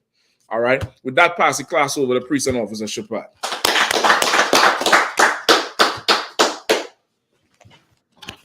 I.S.U.P.K. I.S.U.P.K. security announcements. We the I.S.U.P.K. out of 1 West 125th Street, Harlem, New York, under Commander General Yahanna. New rules for new brothers and sisters. When a new brother or sister comes to the school, they are off limits for 6 months. They are to be saluted only. They're here to share themselves in the world. After 6 months, if a brother or sister has an interest in a particular person, he or she must get permission from the head to speak to a brother or sister. There's another 6 months in which the brother or sister will court each other. After this 6-month period, the brother or sister will get permission from the head to marry. Tithes, which is a commandment. You can find this in the book of Numbers, chapter 18, verse 21, and the book of Malachi, chapter 3, verse 8 through 10. Means 10th in Hebrew and is pronounced ma'ashara. 10% of every penny of any increase the Lord gives you, give to the Treasury Department or teacher. Priest fund, free will offering for priests, not mandatory, whichever amount you would like to give. Upcoming Holy Convocation.